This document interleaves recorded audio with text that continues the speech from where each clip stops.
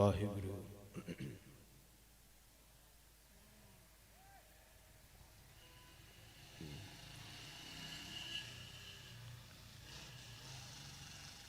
ਧੰਨ ਜੀਓ ਤਿਹ ਕੋ ਜਗ ਮਹਿ, ਮੁਖ ਤੇ ਹਾਰ ਚਿਤ ਮੈਂ ਜੁਧ ਵਿਚਾਰੈ। ਦੇਹ ਅਨਿਤ ਨਾਨਿਤ ਰਹੈ, ਜਸ ਨਾਵ ਚੜ੍ਹੈ ਭਵ ਸਾਗਰ ਤਾਰੈ। ਧੀਰਜ ਧਾਮ ਬਨਾਏ ਇਹ ਤਨ, ਬੁੱਧ ਸੋ ਦੀਪਕ ਜਿਉ ਉਜਿਆਰੈ।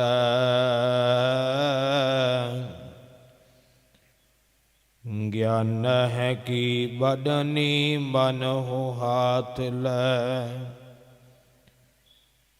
ਕਾਤੁਰਤਾ ਕੁਤਵਾਰ ਬੁਹਾਰੈ। ਗਗਨ ਦੁਮਾਮਾ ਬਾਜਿਓ, ਪਰਿਉ ਨੀਸਾਨ ਕਾਓ।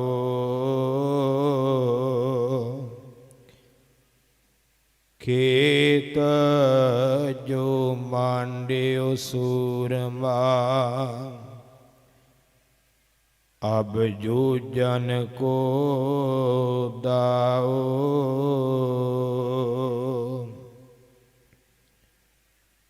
ਸੂਰਾ ਸੋ ਪਹਿਚਾਨੀਐ,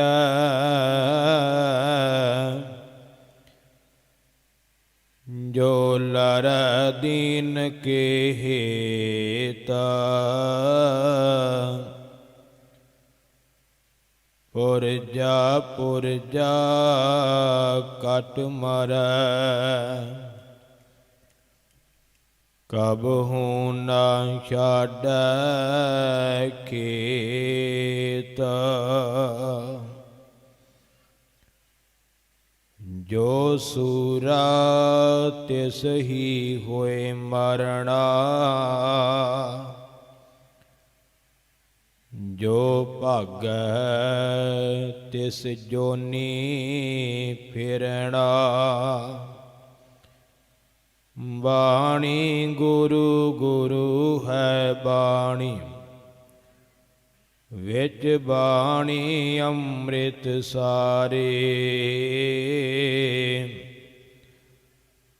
ਗੁਰ ਬਾਣੀ ਕਹੈ ਸੇਵਕ ਜਨ ਮਾਨੈ, ਪਰਤਾਖ ਗੁਰੂ ਨਿਸਤਾਰੇ। ਗੁਰ ਬਾਣੀ ਕਹੈ ਸੇਵਕ ਜਨ ਮਾਨੈ, ਪਰਤਾਖ ਗੁਰੂ ਨਿਸਤਾਰੇ। ਪਰਮ ਸਨਮਾਨਯੋਗ ਗੁਰਤਾ ਗੱਦੀ ਤੇ ਸੁਭਾਇਮਾਨ, ਚਵਰ ਛਤਰ ਤਖਤ ਜੀ ਦੇ ਮਾਲਕ, ਯਹਰਾਜ ਹੂਰ ਹਾਜਰਾ ਹਜੂਰ, ਦਸਾਂ ਪਾਤਸ਼ਾਹੀਆਂ ਦੇ ਆਤਮਿਕ ਸਵਰੂਪ,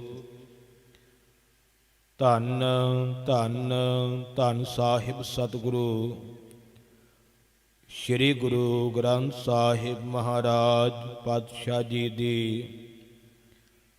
ਪਾਵਨ ਪਵਿੱਤਰ ਹਾਜ਼ੂਰੀ ਅੰਦਰ ਸਤ ਸੰਗਤ ਰੂਪ ਹੋ ਕਰਕੇ ਹਾਜ਼ਰੀਆਂ ਭਰ ਰਹੇ ਗੁਰੂ ਪਿਆਰਿਓ, ਗੁਰੂ ਸਵਾਰਿਓ, ਸਤਿਕਾਰ ਸਹਿਤ ਗੁਰ ਫਤਿਹ ਪ੍ਰਵਾਨ ਕਰੋ। ਆਖੋ ਜੀ ਵਾਹਿਗੁਰੂ ਜੀ ਕਾ ਖਾਲਸਾ, ਵਾਹਿਗੁਰੂ ਜੀ ਕੀ ਫਤਿਹ। ਸੂਰਾ ਸੋ ਪਹਿਚਾਨੀਐ, जो लरै दीन के हेत, पुरजा पुरजा कट मरै, कबहू ना छाडै खेत। इन्हां बचनां दी कमाई करन वाले सूरमे गुरसिख प्यारे, सतगुरां दे दरों घरों साजे निवाजे। धन धन बाबा भूप सिंह जी शहीद, जिन्हां ने महान शहादत दिती है। तिन्हां दी याद नूं ताज़ा करदियां होइयां ਇਹ ਸਾਲਾਨਾ ਜੋੜ ਮੇਲੇ ਨਗਰ ਨਿਵਾਸੀ ਸੰਗਤਾਂ ਵੱਲੋਂ, ਇਲਾਕਾ ਨਿਵਾਸੀ ਸੰਗਤਾਂ ਵੱਲੋਂ ਹਰ ਸਾਲ ਦੀ ਤਰ੍ਹਾਂ ਇਸ ਵਾਰ ਵੀ ਬੜੀ ਭਾਵਨਾ ਸ਼ਰਧਾ ਦੇ ਨਾਲ ਮਨਾਏ ਜਾ ਰਹੇ ਨੇ। ਜਿੱਥੇ ਗੁਰਬਾਣੀ ਦੇ ਪ੍ਰਵਾਹ ਚੱਲੇ ਉੱਥੇ ਨਾਲ ਇਹ ਗੁਰਮਤ ਦੀਵਾਨ ਸਜਾਏ ਗਏ। ਦਾਸ ਤੋਂ ਪਹਿਲਾਂ ਆਪ ਜੀ ਨੇ ਗੁਰੂ ਸਵਾਰੇ ਢਾਡੀ ਜਥੇ ਪਾਸੋਂ ਭਾਈ ਤਰਸੇਮ ਸਿੰਘ ਜੀ ਪਾਸੋਂ ਗੁਰੂ ਕਾ ਅਗੰਮੀ ਇਤਿਹਾਸ ਸਰਵਣ ਕੀਤਾ ਹੈ। ਪਾਵਨ ਇਤਿਹਾਸ ਦਮਦਮਾ ਸਾਹਿਬ ਦੀ ਪਾਵਨ ਧਰਤੀ ਤੇ ਜੋ ਵਾਪਰਿਆ ਹੈ ਆਪਾਂ ਨੂੰ ਸਰਵਣ ਕਰਵਾਇਆ ਹੈ। ਜਿਸ ਇਤਿਹਾਸ ਵਿੱਚੋਂ ਪਤਾ ਲੱਗਦਾ ਹੈ ਕਿ ਗੁਰੂ ਕਾ ਸਿੱਖ ਗੁਰੂ ਨੂੰ ਕਿੰਨਾ ਕੁ ਸਮਰਪਿਤ ਹੈ। ਸਭ ਤੋਂ ਕੀਮਤੀ ਸਾਡੇ ਵਾਸਤੇ ਸਾਡੀ ਜਾਨ ਹੁੰਦੀ ਹੈ, ਜੀਵਨ ਹੁੰਦਾ ਹੈ। ਪਰ ਇਹ ਜੀਵਨ ਵੀ ਗੁਰੂ ਤੋਂ ਨਿਸ਼ਾਵਰ ਕਰ ਦੇਣ ਵਾਲਾ ਸਿੱਖ ਕਿੰਨਾ ਕੁ ਸਮਰਪਿਤ ਹੋਵੇਗਾ। ਜੀਵਨ ਤੋਂ ਅੱਗੇ ਤੇ ਕੋਈ ਗੱਲ ਨਹੀਂ, ਪਰ ਆਪਣਾ ਜੀਵਨ ਵੀ ਗੁਰੂ ਨੂੰ ਸਮਰਪਿਤ ਕਰਨ ਵਾਲੇ,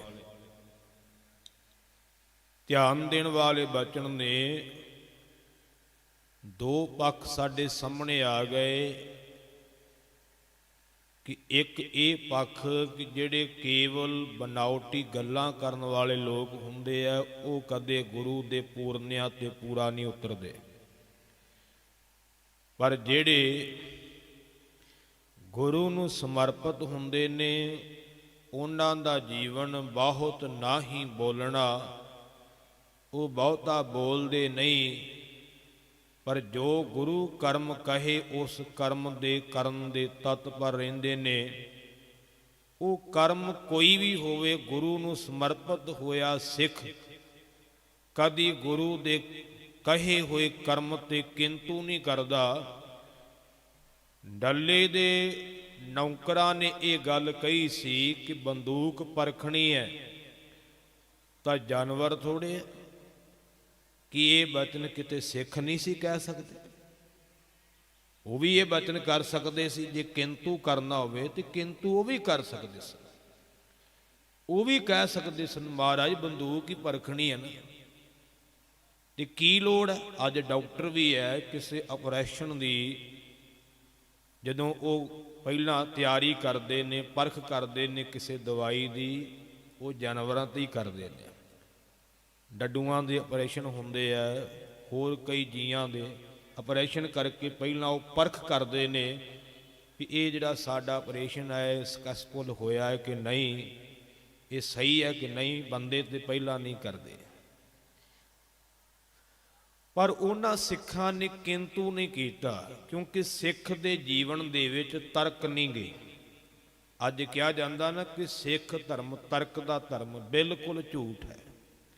ਸਿੱਖ ਧਰਮ ਵਿਵੇਕ ਦਾ ਧਰਮ ਹੈ, ਤਰਕ ਦਾ ਨਹੀਂ। ਅਸੀਂ ਅਰਦਾਸ ਕਰਦੇ ਹਾਂ ਸਿੱਖਾਂ ਨੂੰ ਸਿੱਖੀ ਦਾਨ, ਕੇਸ ਦਾਨ, ਰਹਿਤ ਦਾਨ, ਵਿਸਾਹ ਦਾਨ, ਭਰੋਸਾ ਦਾਨ, ਵਿਵੇਕ ਦਾਨ। ਕਦੀ ਤਰਕ ਦਾਨ ਮੰਗਿਆ? ਤਰਕ ਦਾਨ ਤੇ ਹੈ ਹੀ ਨਹੀਂ ਗੁਰਮਤਿ ਵਿੱਚ। ਸ੍ਰੀ ਅੰਮ੍ਰਿਤਸਰ ਸਾਹਿਬ ਜੀ ਕੇ ਦਰਸ਼ਨ ਇਸ਼ਨਾਨ ਇਹ ਮੰਗਦੇ ਆ, ਦਾਨਾ ਸਿਰ ਦਾਨ, ਨਾਮਦਾਨ ਮੰਗਦੇ ਹਾਂ। ਕਦੇ ਸਿੱਖ ਨੇ ਤਰਕ ਦਾਨ ਨਹੀਂ ਮੰਗਿਆ, ਕਿਉਂਕਿ ਜਿਹੜੀ ਤਰਕ ਹੈ ਉਹ ਗੁਰੂ ਨਾਲੋਂ ਤੋੜ ਦਿੰਦੀ ਹੈ। ਜਿਹੜਾ ਵਿਵੇਕ ਹੁੰਦਾ ਨਾ, ਉਹਦਾ ਅਰਥ ਹੋਰ ਹੈ। ਵਿਵੇਕ ਦਾ ਅਰਥ ਹੈ ਵਿਚਾਰ, ਵੀ ਇਸ ਵਿਸ਼ੇ ਤੇ ਵਿਚਾਰ ਪ੍ਰਾਪਤ ਹੋਣੀ ਕਿ ਕਿਹੜਾ ਕਰਮ ਸਹੀ ਹੈ ਕਿ ਕਿਹੜਾ ਗਲਤ ਹੈ। ਇਸ ਗੱਲ ਦੀ ਵਿਚਾਰ ਕਰ ਲੈਣ ਵਾਲਾ, ਇਹਨੂੰ ਕਹਿੰਦੇ ਵਿਵੇਕ। ਤਰਕ ਕੀ ਹੁੰਦੀ ਹੈ? ਮੈਂ ਨਹੀਂ ਮੰਨਦਾ, ਇਹ ਨਹੀਂ ਹੋ ਸਕਦਾ। ਸਵਾਲ ਖੜੇ ਕਰੀ ਜਾਣੇ, ਜਵਾਬ ਕੋਈ ਨਹੀਂ। ਅੱਜ ਸਾਡੇ ਵਿਦਵਾਨਾਂ ਦਾ ਇਹੀ ਹਾਲ ਹੈ ਨਾ।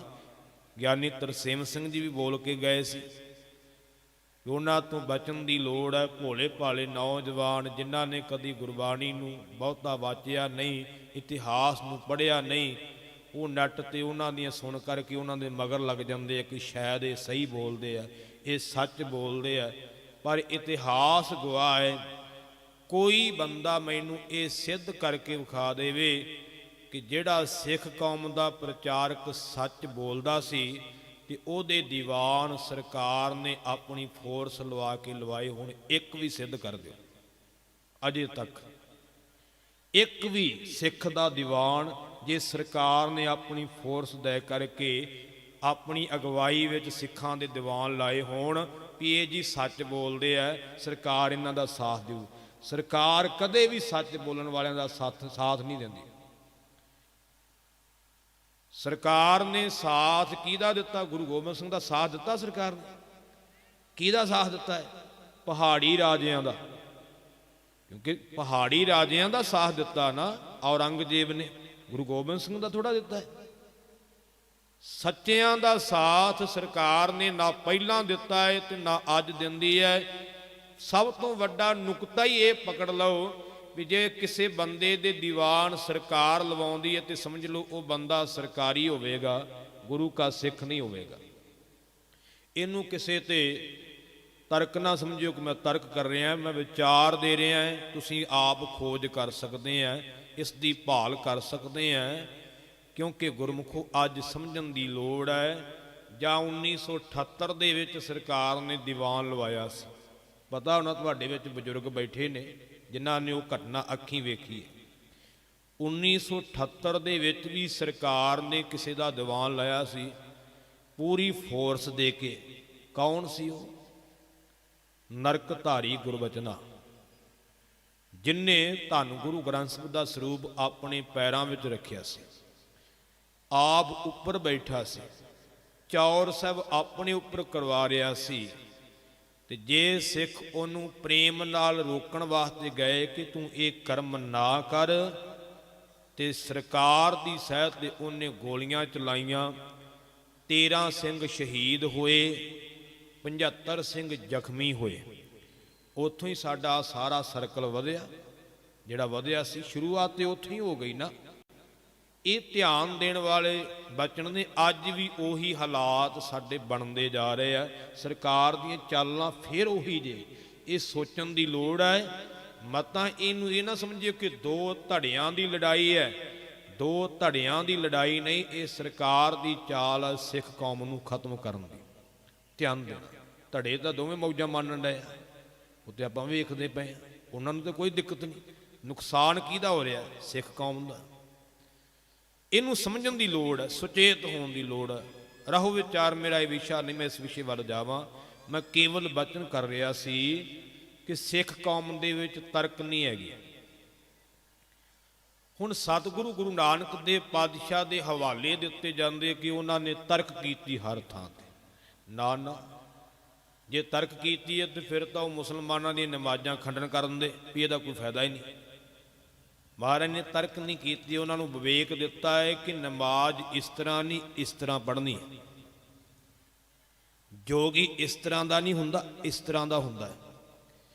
ਕਾਜੀ ਇਸ ਤਰ੍ਹਾਂ ਦਾ ਨਹੀਂ ਹੁੰਦਾ, ਇਸ ਤਰ੍ਹਾਂ ਦਾ ਹੁੰਦਾ ਹੈ। ਪੜ੍ਹੋ ਗੁਰਬਾਣੀ ਨੂੰ ਵੀ ਜੋਗੀ ਕਿਹੋ ਜਿਹਾ ਹੋਣਾ ਚਾਹੀਦਾ, ਕਾਜੀ ਕਿਹੋ ਜਿਹਾ ਹੋਵੇ, ਸਿੱਖ ਕਿਹੋ ਜਿਹਾ ਹੋਵੇ, ਹਿੰਦੂ ਕਿਹੋ ਜਿਹਾ ਹੋਵੇ, ਮੁਸਲਮਾਨ ਕਿਹੋ ਜਿਹਾ ਹੋਵੇ। ਗੁਰਬਾਣੀ 'ਚ ਲਿਖਿਆ ਕਿ ਮੁਸਲਮਾਨ ਕਿਹੋ ਜਿਹਾ ਹੋਣਾ ਚਾਹੀਦਾ, ਬ੍ਰਾਹਮਣ ਕਿਹੋ ਜਿਹਾ ਹੋਣਾ ਚਾਹੀਦਾ, ਖੱਤਰੀ ਕਿਹੋ ਜਿਹਾ ਹੋਣਾ ਚਾਹੀਦਾ। ਇਹ ਥੋੜਾ ਕਿਹਾ ਵੀ ਖੱਤਰੀ ਹੈ ਹੀ ਨਹੀਂ, ਇਹ ਥੋੜਾ ਕਿਹਾ ਵੀ ਬ੍ਰਾਹਮਣ ਕਿਸੇ ਕੰਮ ਦੇ ਨਹੀਂ। ਇਹ ਨਹੀਂ ਕਿਹਾ ਮਹਾਰਾਜ। ਤਰਕ ਨਹੀਂ, ਵਿਵੇਕ ਦਿੱਤਾ ਹੈ ਕਿ ਭਾਈ ਜਿਹੜੇ ਤੁਸੀਂ ਕਰਮ ਕਰਦੇ ਆ ਇਸ ਢੰਗ ਨਾਲ ਤੁਸੀਂ ਅਸਲੀ ਬ੍ਰਾਹਮਣ ਨਹੀਂ ਬਣ ਸਕਦੇ। ਜੇ ਅਸਲੀ ਬ੍ਰਾਹਮਣ ਬਣਨਾ ਹੈ ਤੇ ਉਹਦੇ ਵਾਸਤੇ ਇਹ ਕਰਮ ਕਰਨਾ ਪਵੇਗਾ ਕਿ ਬ੍ਰਹਮ ਬਿੰਦੈ ਤਿਸ ਦਾ ਬ੍ਰਹਮ ਮਤ ਰਹੈ, ਏਕ ਸ਼ਬਦ ਲਿਵ ਲਾਏ, ਨਵ ਨਿਧੀ 18 ਸਿੱਧੀ ਪਿੱਛੇ ਲੱਗੀਆਂ ਫਿਰਹਿ, ਜੋ ਹਰ ਹਿਰਦੈ ਸਦਾ ਵਸਾਏ। ਮਾਰੇ ਕਹਿੰਦੇ ਜੇ ਬ੍ਰਾਹਮਣ ਬਣਨਾ ਤੇ ਪਹਿਲਾਂ ਬ੍ਰਾਹਮਣ ਨੂੰ ਜਾਣੋ, ਫਿਰ ਤੁਸੀਂ ਬ੍ਰਾਹਮਣ ਹੈ। ਉਹ ਬ੍ਰਾਹਮਣ ਕਹਿੰਦੇ, ਆਪਾਂ ਕੀ ਕਹਿੰਦੇ ਬ੍ਰਹਮ ਗਿਆਨੀ, ਅਰਥ ਇੱਕੋ ਹੀ ਹੈ। ਬ੍ਰਹਮ ਨੂੰ ਜਾਣਨ ਵਾਲਾ ਬ੍ਰਹਮ ਗਿਆਨੀ ਹੈ, ਬ੍ਰਹਮ ਨੂੰ ਜਾਣਨ ਵਾਲਾ ਬ੍ਰਾਹਮਣ ਹੈ। ਹਰ ਕਿਸੇ ਨੂੰ ਬ੍ਰਾਹਮਣ ਨਹੀਂ ਕਿਹਾ ਜਾ ਸਕਦਾ। ਇਹਨਾਂ ਦਾ ਮੂਲ ਰੂਪ ਲੱਭ ਕੇ ਵੇਖੋ ਪਹਿਲਾਂ ਵੀ ਇਹਨਾਂ ਦਾ ਮੂਲ ਕੀ ਹੈ, ਕਿੱਥੋਂ ਚੱਲੇ ਆ। ਅੱਜ ਆਪਾਂ ਸਾਰਿਆਂ ਨੂੰ ਬ੍ਰਾਹਮਣ ਕਹਿ ਦਿੰਦੇ, ਸਾਰੇ ਬ੍ਰਾਹਮਣ ਨਹੀਂ ਹੁੰਦੇ। ਬ੍ਰਾਹਮਣ ਅਸਲ ਵਿੱਚ ਉਹ ਹੈ ਜਿਹੜਾ ਬ੍ਰਹਮ ਨੂੰ ਜਾਣ ਲੈਣ ਵਾਲਾ ਹੈ। ਗੁਰਬਾਣੀ ਨੂੰ ਪੜੋ, ਕਹੋ ਕਬੀਰ ਜੋ ਬ੍ਰਹਮ ਵਿਚਾਰੈ, ਸੋ ਬ੍ਰਾਹਮਣ ਕਹੀਅਤ ਹੈ ਹਮਾਰਾ। ਬਾਬਾ ਕਬੀਰ ਜੀ ਕਹਿੰਦੇ ਜਿਹੜਾ ਬ੍ਰਹਮ ਦੀ ਵਿਚਾਰ ਕਰਦਾ ਹੈ ਸਾਡੇ ਵਿੱਚ ਤਾਂ ਉਹਨੂੰ ਬ੍ਰਾਹਮਣ ਕਿਹਾ ਜਾਂਦਾ ਹੈ, ਦੂਜੇ ਨੂੰ ਨਹੀਂ ਕਿਹਾ ਜਾਂਦਾ। ਹੁਣ ਵੇਖੋ ਮਹਾਰਾਜ ਨੇ ਤਰਕ ਕੀਤੀ, ਤਰਕ ਨਹੀਂ ਕੀਤੀ, ਮਹਾਰਾਜ ਨੇ ਵਿਵੇਕ ਦਿੱਤਾ ਹੈ ਕਿ ਭਾਈ ਇਸ ਤਰ੍ਹਾਂ ਦਾ ਬ੍ਰਾਹਮਣ ਹੁੰਦਾ ਜੇ। ਸੋ ਇਹ ਕੋਈ ਸਿਧਾਂਤ ਨਹੀਂਗਾ ਕਿ ਤੁਸੀਂ ਤਰਕ ਕਰਕੇ ਹਰ ਚੀਜ਼ ਦਾ ਖੰਡਨ ਕਰ ਦਿਓ। ਇਹਨਾਂ ਚੀਜ਼ਾਂ ਨੂੰ ਸਮਝਣ ਦੀ ਲੋੜ ਹੁੰਦੀ ਹੈ। ਤਰਕ ਕੀਤੀ ਹੈ ਡੱਲੇ ਦੇ ਸਿਪਾਹੀਆਂ ਨੇ, ਸਿੱਖਾਂ ਨੇ ਤਰਕ ਨਹੀਂ ਕੀਤੀ। ਡੱਲੇ ਦੇ ਸਿਪਾਹੀਆਂ ਨੇ ਤਰਕ ਕੀਤੀ ਹੈ ਕਿ ਜੇ ਨਿਸ਼ਾਨਾ ਹੀ ਪਰਖਣਾ ਹੈ ਤੇ ਫਿਰ ਜਾਨਵਰ ਨਹੀਂ ਹੈਗੇ। ਹੁਣ ਇਹ ਤਰਕ ਹੈ ਤੇ ਸਿੱਖਾਂ ਨੇ ਕਿਉਂ ਨਹੀਂ ਕੀਤੀ? ਭਾਈ ਵੀਰ ਸਿੰਘ ਤੇ ਭਾਈ ਧੀਰ ਸਿੰਘ ਵੀ ਆਏ ਆ, ਪਰ ਉਹਨਾਂ ਨੇ ਕਿਉਂ ਨਹੀਂ ਆਖਿਆ ਕਿ ਮਹਾਰਾਜ ਜੇ ਤੁਸੀਂ ਨਿਸ਼ਾਨਾ ਹੀ ਪਰਖਣਾ ਹੈ ਤੇ ਕੀ ਜਾਨਵਰ ਨਹੀਂ ਹੈਗੇ? ਪਰ ਉਹ ਆਪ ਖੜੇ ਕਿਉਂ ਹੋ ਗਏ? ਕਿਉਂਕਿ ਉਹਨਾਂ ਨੂੰ ਵਿਵੇਕ ਹੈ, ਗਿਆਨ ਹੈ ਇਸ ਗੱਲ ਦਾ ਕਿ ਗੁਰੂ ਦਾ ਕੀਤਾ ਹੋਇਆ ਹਰ ਕਰਮ ਸਾਡੇ ਭਲੇ ਵਾਸਤੇ ਹੈ, ਸਾਡੇ ਨੁਕਸਾਨ ਵਾਸਤੇ ਨਹੀਂ। ਗੁਰਬਾਣੀ ਦਾ ਬਚਨ ਹੈ, ਗੁਰ ਸਿੱਖ ਮੀਤ ਚੱਲਹੁ ਗੁਰ ਚਾਲੀ, ਜੋ ਗੁਰ ਕਹੈ ਸੋਈ ਭਲ ਮਾਨਹੁ, ਹਰ ਹਰ ਕਥਾ ਨਿਰਾਲੀ।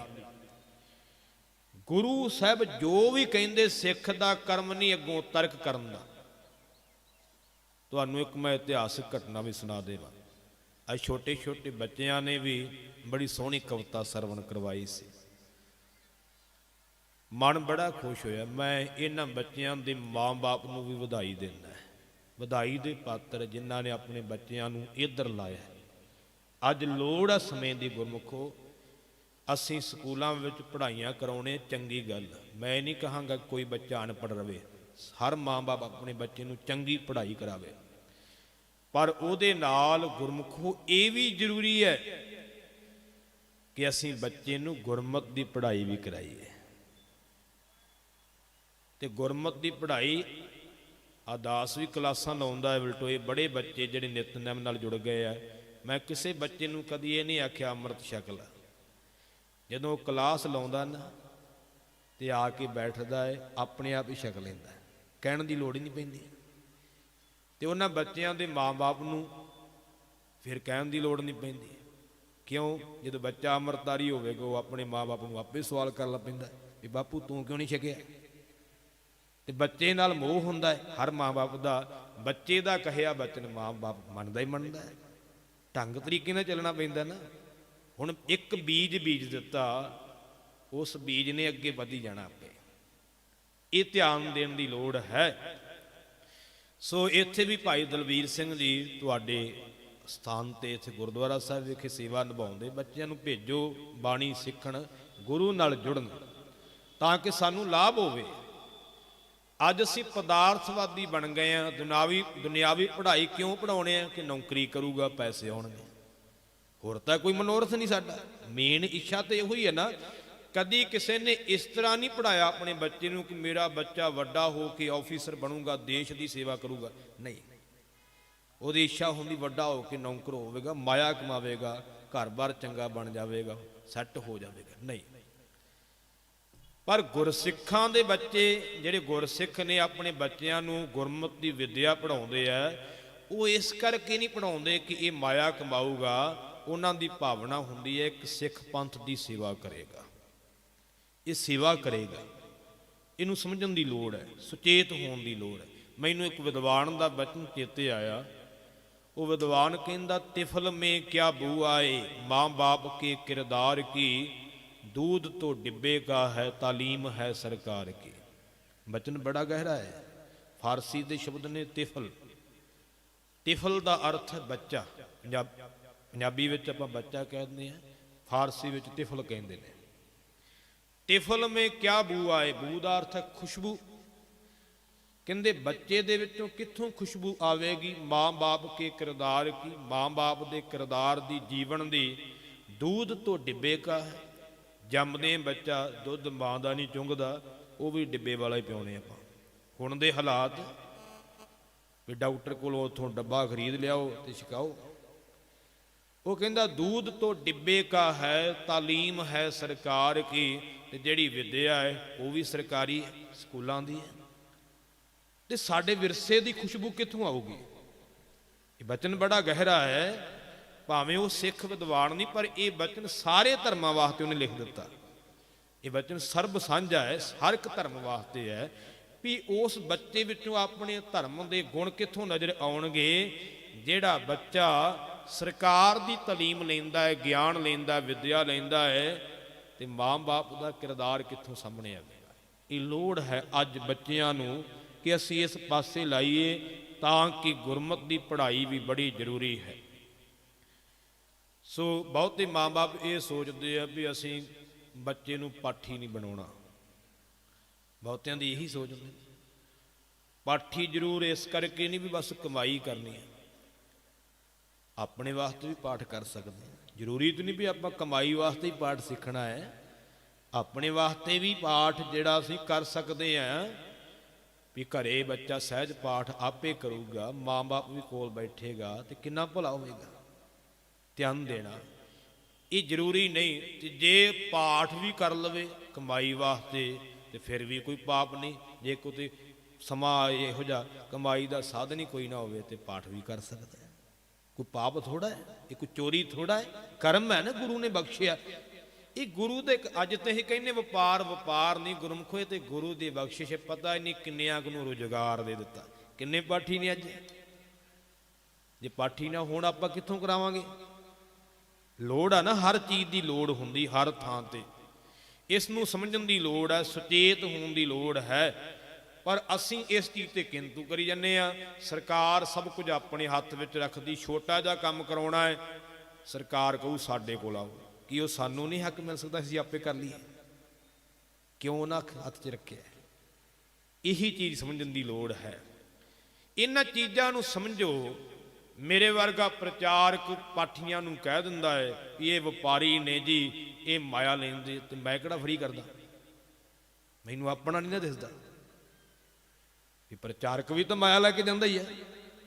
पर वो पाठियां ते गल करूगा भी आपदी कहंदा प्रचारक आम ही कहंदे आप पाठ करो, आप पाठ करो जी, पाठियां लाउण दी लोड़ नहीं। पर कदी किसी प्रचारक ने यह कहा भी अर्थ भी आपे पढ़ लिया करो, प्रचारक नूं भी सदन दी लोड़ नहीं? क्या कदी किसी ने?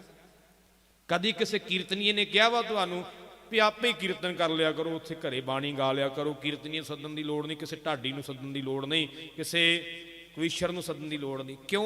दूजे बारे हर कोई कहंदा है, अपने बारे नहीं कोई भी कहंदा। ये ध्यान देने वाले बचन ने। इहदे ते तर्क ना करो, इहनूं विवेक दिओ विवेक। ये कहो कि जे पाठी बनिया तो उच्चा सुच्चा जीवन बना। जिहदा पाठ करदा उहदे भै विच रह, माया तू लै, कोई चक्कर नहीं गा, तेरे घर दा गुजारा है। पर तू चंगी नीयत नाल पाठ कर, चंगा जीवन बना करके पाठ कर, गुरु दे भै विच रह। ये ना कहो भी लोड़ ही नहीं। ध्यान देना, इनू समझण दी लोड़ है। सो मैनू खुशी है कि उस माँ बाप दे जिन्हां ने इन्हां बच्चियां नूं इस पासे लाया। अजे उम्र छोटी है पर बड़ी सोहनी कविता बोल के गए। मैं कहांगा उस कविता में उन्हें छड्डिया ही कोई नहीं, सारे शहीदों का जिक्र कर गए भी शहीद किहो जिहे हुंदे ने। भाई मणी सिंह जी, भाई मती दास जी, बाबा दीप सिंह जी, सारियां का जिक्र कर गए ना। इतिहास आपां नूं भी पता ही है पर मनदे नहीं। ਰਹੋ ਵਿਚਾਰ। ਇਸ ਕਰਕੇ ਬੱਚਿਆਂ ਨੂੰ ਇਸ ਪਾਸੇ ਲਾਉਣ ਦੀ ਲੋੜ ਹੈ, ਨਹੀਂ ਤੇ ਆਉਣ ਵਾਲਾ ਸਮਾਂ ਇਹੋ ਜਿਹਾ ਆਉਣਾ ਹੈ, ਅਸੀਂ ਸਭ ਕੁਝ ਗਵਾ ਬੈਠਣਾ ਹੈ, ਮੁੜ ਕੇ ਅਸੀਂ ਦੁਖੀ ਹੋਣਾ ਹੈ ਜਦੋਂ ਕੁਝ ਵੀ ਨਾ ਲੱਭਾ, ਸਾਡੇ ਹੱਥੋਂ ਚਲਾ ਗਿਆ। ਅੱਜ ਲੋੜ ਹੈ ਵਿਦੇਸ਼ਾਂ ਦੀ ਧਰਤੀ ਤੇ ਜਾਈਏ ਨਾ ਤੇ ਉਧਰਲੇ ਲੋਕ ਕੀ ਕਰਦੇ ਆ, ਹਾਲਾਂਕਿ ਉਧਰ ਪੰਜਾਬੀ ਪੜ੍ਹਾਈ ਨਹੀਂ ਹੈਗੀ, ਪਰ ਉਹਨਾਂ ਨੇ ਉਦਮ ਕੀਤੇ ਆ ਕਿ ਗੁਰਦੁਆਰਿਆਂ 'ਚ ਸਕੂਲ ਬਣਾਏ ਆ ਪੰਜਾਬੀ। ਉਹ ਆਪਣੇ ਬੱਚਿਆਂ ਨੂੰ ਹਫ਼ਤੇ ਵਿੱਚ 1 ਜਾਂ 2 ਕਲਾਸਾਂ ਪੱਕੀਆਂ ਪੰਜਾਬੀ ਦੀਆਂ ਲਾਉਂਦੇ ਆ ਵਿਸ਼ੇਸ਼ ਤੌਰ ਤੇ। ਫਿਰ ਉਹਨਾਂ ਦੀ ਇੱਕ ਰੁਚੀ ਮੈਂ ਹੋਰ ਵੇਖੀ ਆ, ਉਹ ਕੈਂਪ ਬੜੇ ਲਵਾਉਂਦੇ ਆ ਸਿੰਘਾਂ ਦੇ, ਵੀ ਜਿਹਦੇ ਬਾਰੇ ਬੱਚਿਆਂ ਨੂੰ ਗਿਆਨ ਹੋਵੇ ਵੀ ਇਤਿਹਾਸ ਕੀ ਸਾਡਾ, ਗੁਰਬਾਣੀ ਕੀ ਹੈ। ਇਹ ਯਤਨ ਬੜੇ ਕਰਦੇ ਆ ਜਿਹੜੇ ਅੱਜ ਸਾਡੇ ਤੋਂ ਬੜੇ ਦੂਰ ਹੋ ਗਏ। ਪਰ ਅੱਜ ਅਸੀਂ ਕੀ ਆ, ਕੋਈ ਵਿਰਲਾ ਪਿੰਡ ਹੈ ਜਿੱਥੇ ਪ੍ਰਚਾਰਕ ਹੋਵੇਗਾ, ਨਹੀਂ ਤੇ ਪ੍ਰਚਾਰਕ ਹੈ ਹੀ ਨਹੀਂ। ਸੋਝੀ ਕਿੱਥੋਂ ਆਵੇ? ਆਪਾਂ ਮੁੜ ਕੇ ਕਹਿ ਦਿੰਦੇ ਆ ਜੀ ਫਲਾਨੇ ਥਾਂ ਕਬਰਾਂ ਦਾ ਬੜਾ ਜ਼ੋਰ, ਫਲਾਨੇ ਥਾਂ ਫਲਾਨੇ ਪਖੰਡੀ ਦਾ ਜ਼ੋਰ। ਪਖੰਡੀਆਂ ਦਾ ਹੀ ਜ਼ੋਰ ਹੋਣਾ, ਕਬਰਾਂ ਦਾ ਹੀ ਜ਼ੋਰ ਹੋਣਾ, ਜਦੋਂ ਦੱਸਣ ਵਾਲਾ ਹੀ ਕੋਈ ਨਹੀਂ, ਉਹ ਕੀ ਕਰਨ? ਜਦੋਂ ਕਿਸੇ ਨੂੰ ਸੋਝੀ ਦੇਣ ਵਾਲਾ ਕੋਈ ਨਹੀਂ, ਉਹ ਕਿਸੇ ਪਾਸੇ ਤਾਂ ਜਾਊਗਾ ਨਾ, ਸਹੀ ਪਾਸੇ ਨਹੀਂ ਜਾਊਗਾ ਤੇ ਗਲਤ ਪਾਸੇ ਜਾਊਗਾ। ਜਦੋਂ ਹੁਣ ਆਪਾਂ ਤੁਰੇ ਜਾਂਦੇ ਹੋਈਏ, ਕਿਸੇ ਪਿੰਡ ਜਾਣਾ ਹੋਵੇ, ਆਪਾਂ ਨੂੰ ਰਾਹ ਦਾ ਪਤਾ ਨਾ ਹੋਵੇ, ਨਾ ਹੀ ਕੋਈ ਦੱਸਣ ਵਾਲਾ ਹੋਵੇ, ਆਪਾਂ ਕੋਈ ਨਾ ਕੋਈ ਤੇ ਰਸਤਾ ਚੁਣਾਂਗੇ, 2-3 ਜਾਂਦੇ ਹੋਣਗੇ, ਭਾਵੇਂ ਉਹ ਸਹੀ ਹੋਵੇ ਤੇ ਭਾਵੇਂ ਗਲਤ ਹੋਵੇ। ਅਸੀਂ ਆਪਣੀ ਆਪ ਨਾਲ ਚੋਣ ਕੀਤੀ ਤੇ ਉਹ ਸਹੀ ਵੀ ਹੋ ਸਕਦੀ ਹੈ ਤੇ ਗਲਤ ਵੀ ਹੋ ਸਕਦੀ ਹੈ। ਧਿਆਨ ਦੇਣਾ, ਜਿਹੜੇ ਮਰਜ਼ੀ ਰਸਤੇ ਪੈ ਸਕਦੇ, ਜਦੋਂ ਦੱਸਣ ਵਾਲਾ ਕੋਈ ਨਹੀਂ, ਕੋਈ ਵੀ ਰਸਤਾ ਆਪਾਂ ਇੱਕ ਤੇ ਚੁਣਨਾ ਹੀ ਹੈ, ਵੀ ਆਖਣਾ ਵੀ ਇਸ ਰਸਤੇ ਚੱਲ ਜਾਂਦੇ, ਸ਼ਾਇਦ ਜਾਂਦਾ ਹੀ ਹੈ, ਇੰਨੇ ਲੋਕ ਤੁਰੇ ਜਾਂਦੇ ਆ ਤੇ ਸ਼ਾਇਦ ਇਹ ਵੀ ਜਾਂਦਾ ਹੀ ਹੋਣਾ ਹੈ, ਤੇ ਪਤਾ ਨਹੀਂ ਵੀ ਸ਼ਾਇਦ ਇਹ ਰਸਤਾ ਗਲਤ ਪਾਸੇ ਜਾਂਦਾ ਹੈ, ਤੇ ਉਹ ਗਿਆਨ ਨਹੀਂ ਹੁੰਦਾ, ਲੋਕਾਂ ਵੱਲ ਵੇਖ ਕੇ ਉਸੇ ਪਾਸੇ ਤੁਰ ਪਏ ਨੇ। ਇਸ ਚੀਜ਼ ਨੂੰ ਸਮਝਣ ਦੀ ਲੋੜ, ਸੁਚੇਤ ਹੋਣ ਦੀ ਲੋੜ ਹੈ ਕਿ ਅਸੀਂ ਬੱਚਿਆਂ ਨੂੰ ਇਸ ਪਾਸੇ ਲਾਈਏ। ਮੈਂ ਵਿਸਥਾਰ ਵੱਲ ਨਾ ਜਾਵਾਂ। ਬਚਨ ਚੱਲਿਆ ਸੀ ਸਿਦਕ ਦਾ, ਵੀ ਸਿੱਖ ਤਰਕ ਕਿਉਂ ਨਹੀਂ ਕਰਦਾ? ਸਿੱਖ ਦਾ ਜੀਵਨ ਐਸਾ ਕਿਵੇਂ ਹੈ, ਜੋ ਗੁਰੂ ਕਹੇ ਸਿੱਖ ਉਹੀ ਮੰਨਦਾ ਹੈ। ਮੈਂ ਤੁਹਾਨੂੰ ਇਤਿਹਾਸ ਵਿੱਚੋਂ ਕੁਝ ਬਚਨ ਸੁਣਾਉਣਾ ਚਾਹੁੰਦਾ।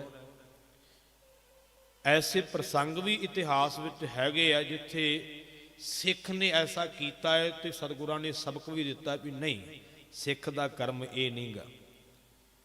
ਜਦੋਂ ਅਸੀਂ ਇਤਿਹਾਸ ਪੜ੍ਹਦੇ ਹਾਂ ਧੰਨ ਗੁਰੂ ਗੋਬਿੰਦ ਸਿੰਘ ਮਹਾਰਾਜ ਦਾ, ਤੇ ਧੰਨ ਗੁਰੂ ਗੋਬਿੰਦ ਸਿੰਘ ਮਹਾਰਾਜ ਦਾ ਜਿਹੜਾ ਸਰੀਰ ਸੀ, ਕੱਦ ਸੀ, ਉਹ ਬਹੁਤਾ ਲੰਮਾ ਨਹੀਂ ਸੀ, ਛੋਟਾ ਸੀ ਕੱਦ।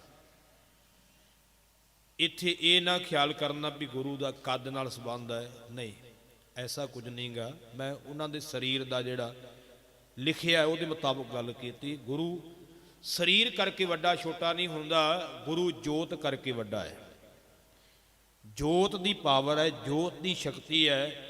ਜੇ 84 ਸਾਲ ਦੇ ਬਾਪੂ ਧੰਨ ਗੁਰੂ ਅਮਰਦਾਸ ਜੀ ਵਿੱਚ ਟਿਕਦੀ ਹੈ ਤੇ ਤਾਂ ਵੀ ਉਨੀ ਸ਼ਕਤੀ ਹੈ, ਜੇ 5.25 ਸਾਲ ਦੇ ਗੁਰੂ ਹਰਿਕ੍ਰਿਸ਼ਨ ਮਹਾਰਾਜ ਵਿੱਚ ਟਿਕਦੀ ਹੈ ਤੇ ਤਾਂ ਵੀ ਉਨੀ ਸ਼ਕਤੀ ਹੈ, ਉਹਦੇ 'ਚ ਫਰਕ ਨਹੀਂ ਪੈਂਦਾ। ਧਿਆਨ ਦੇਣਾ, ਧੰਨ ਗੁਰੂ ਗੋਬਿੰਦ ਸਿੰਘ ਮਹਾਰਾਜ ਜਦੋਂ ਘੋੜੇ ਤੇ ਸਵਾਰ ਹੋਇਆ ਕਰਦੇ ਸਨ, ਇੱਕ ਸਿੱਖ ਨੂੰ ਨੇੜੇ ਖਿਲਾਰ ਲੈਂਦੇ ਸਨ, ਉਹਦੇ ਮੋਢੇ ਤੇ ਹੱਥ ਰੱਖ ਕਰਕੇ ਮਹਾਰਾਜ ਘੋੜੇ ਤੇ ਚੜ੍ਹਦੇ ਸਨ। ਧੰਨ ਧੰਨ ਬਾਬਾ ਬੁੱਢਾ ਸਾਹਿਬ ਜੀ ਦੀ 7ਵੀਂ ਪੀੜ੍ਹੀ ਭਾਈ ਸਾਹਿਬ ਭਾਈ ਰਾਮ ਕੋਇਰ ਜੀ, ਜਿਨ੍ਹਾਂ ਨੇ ਅੰਮ੍ਰਿਤ ਛਕਿਆ, ਨਾਂ ਰੱਖਿਆ ਭਾਈ ਗੁਰਬਖਸ਼ ਸਿੰਘ।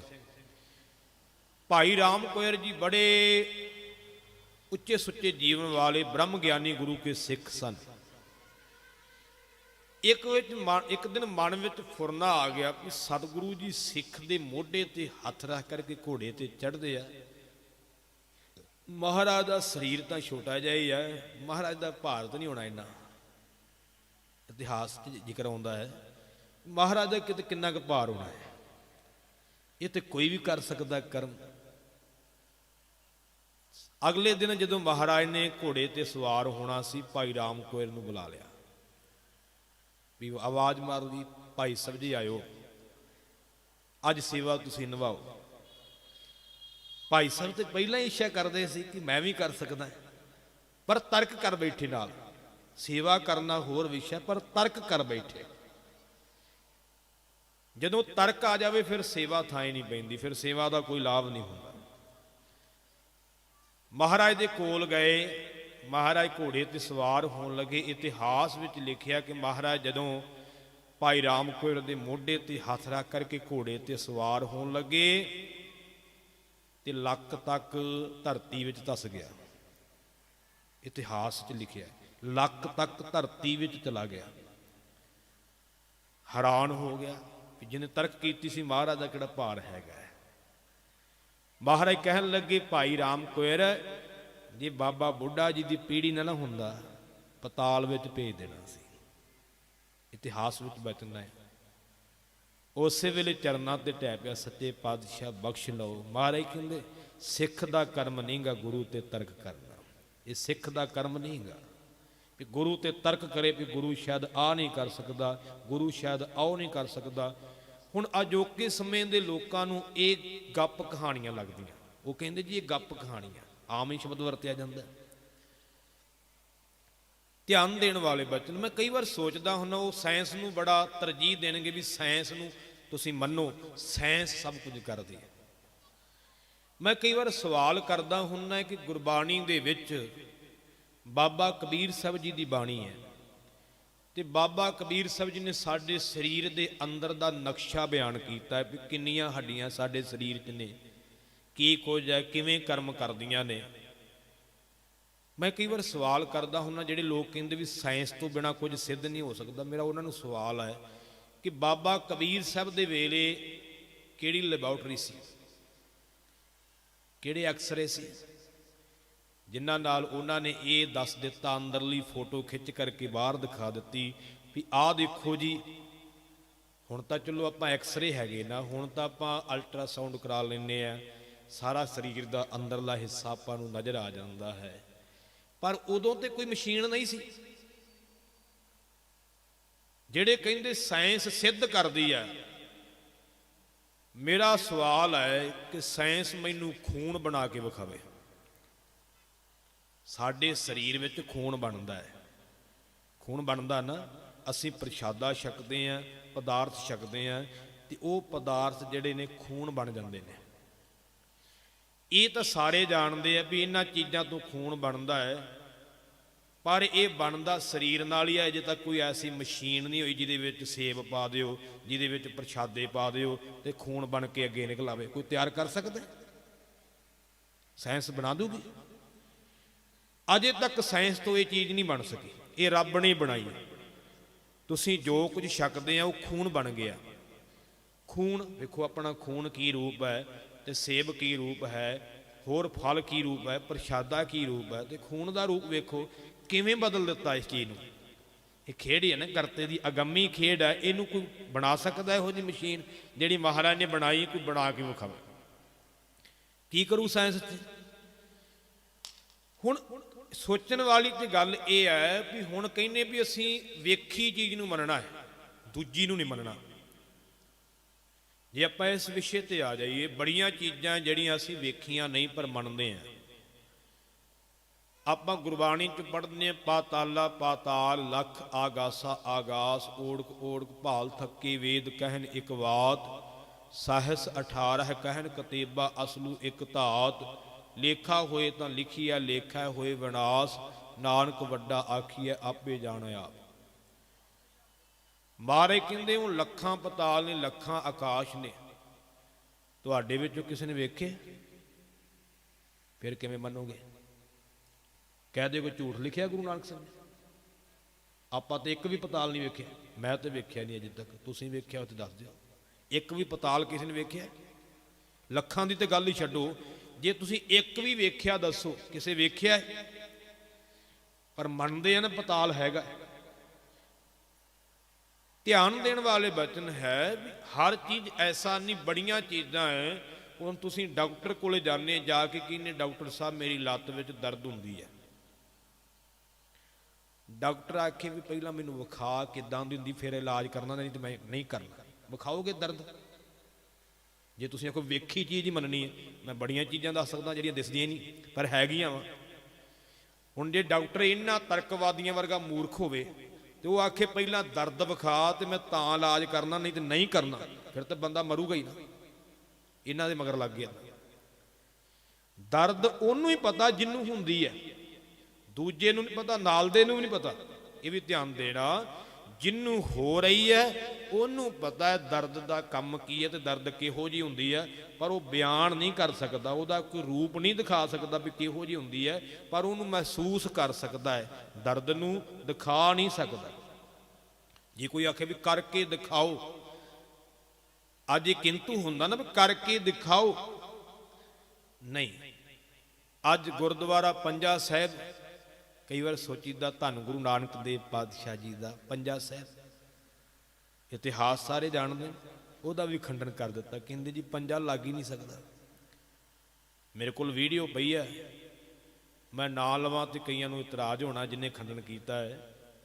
ਬੜੇ ਲੋਕ ਉਹਦੇ ਮਗਰ ਲੱਗੇ ਆ, ਤੇ ਲੋਕ ਇਹ ਵੀ ਕਹਿੰਦੇ ਆ ਵੀ ਉਹਨੂੰ ਦੁਨੀਆ ਐਵੇਂ ਥੋੜਾ ਹੀ ਨਹੀਂ ਸੁਣਦੀ ਹੈ ਜੇ ਉਹ ਝੂਠਾ ਹੁੰਦਾ ਤਾਂ।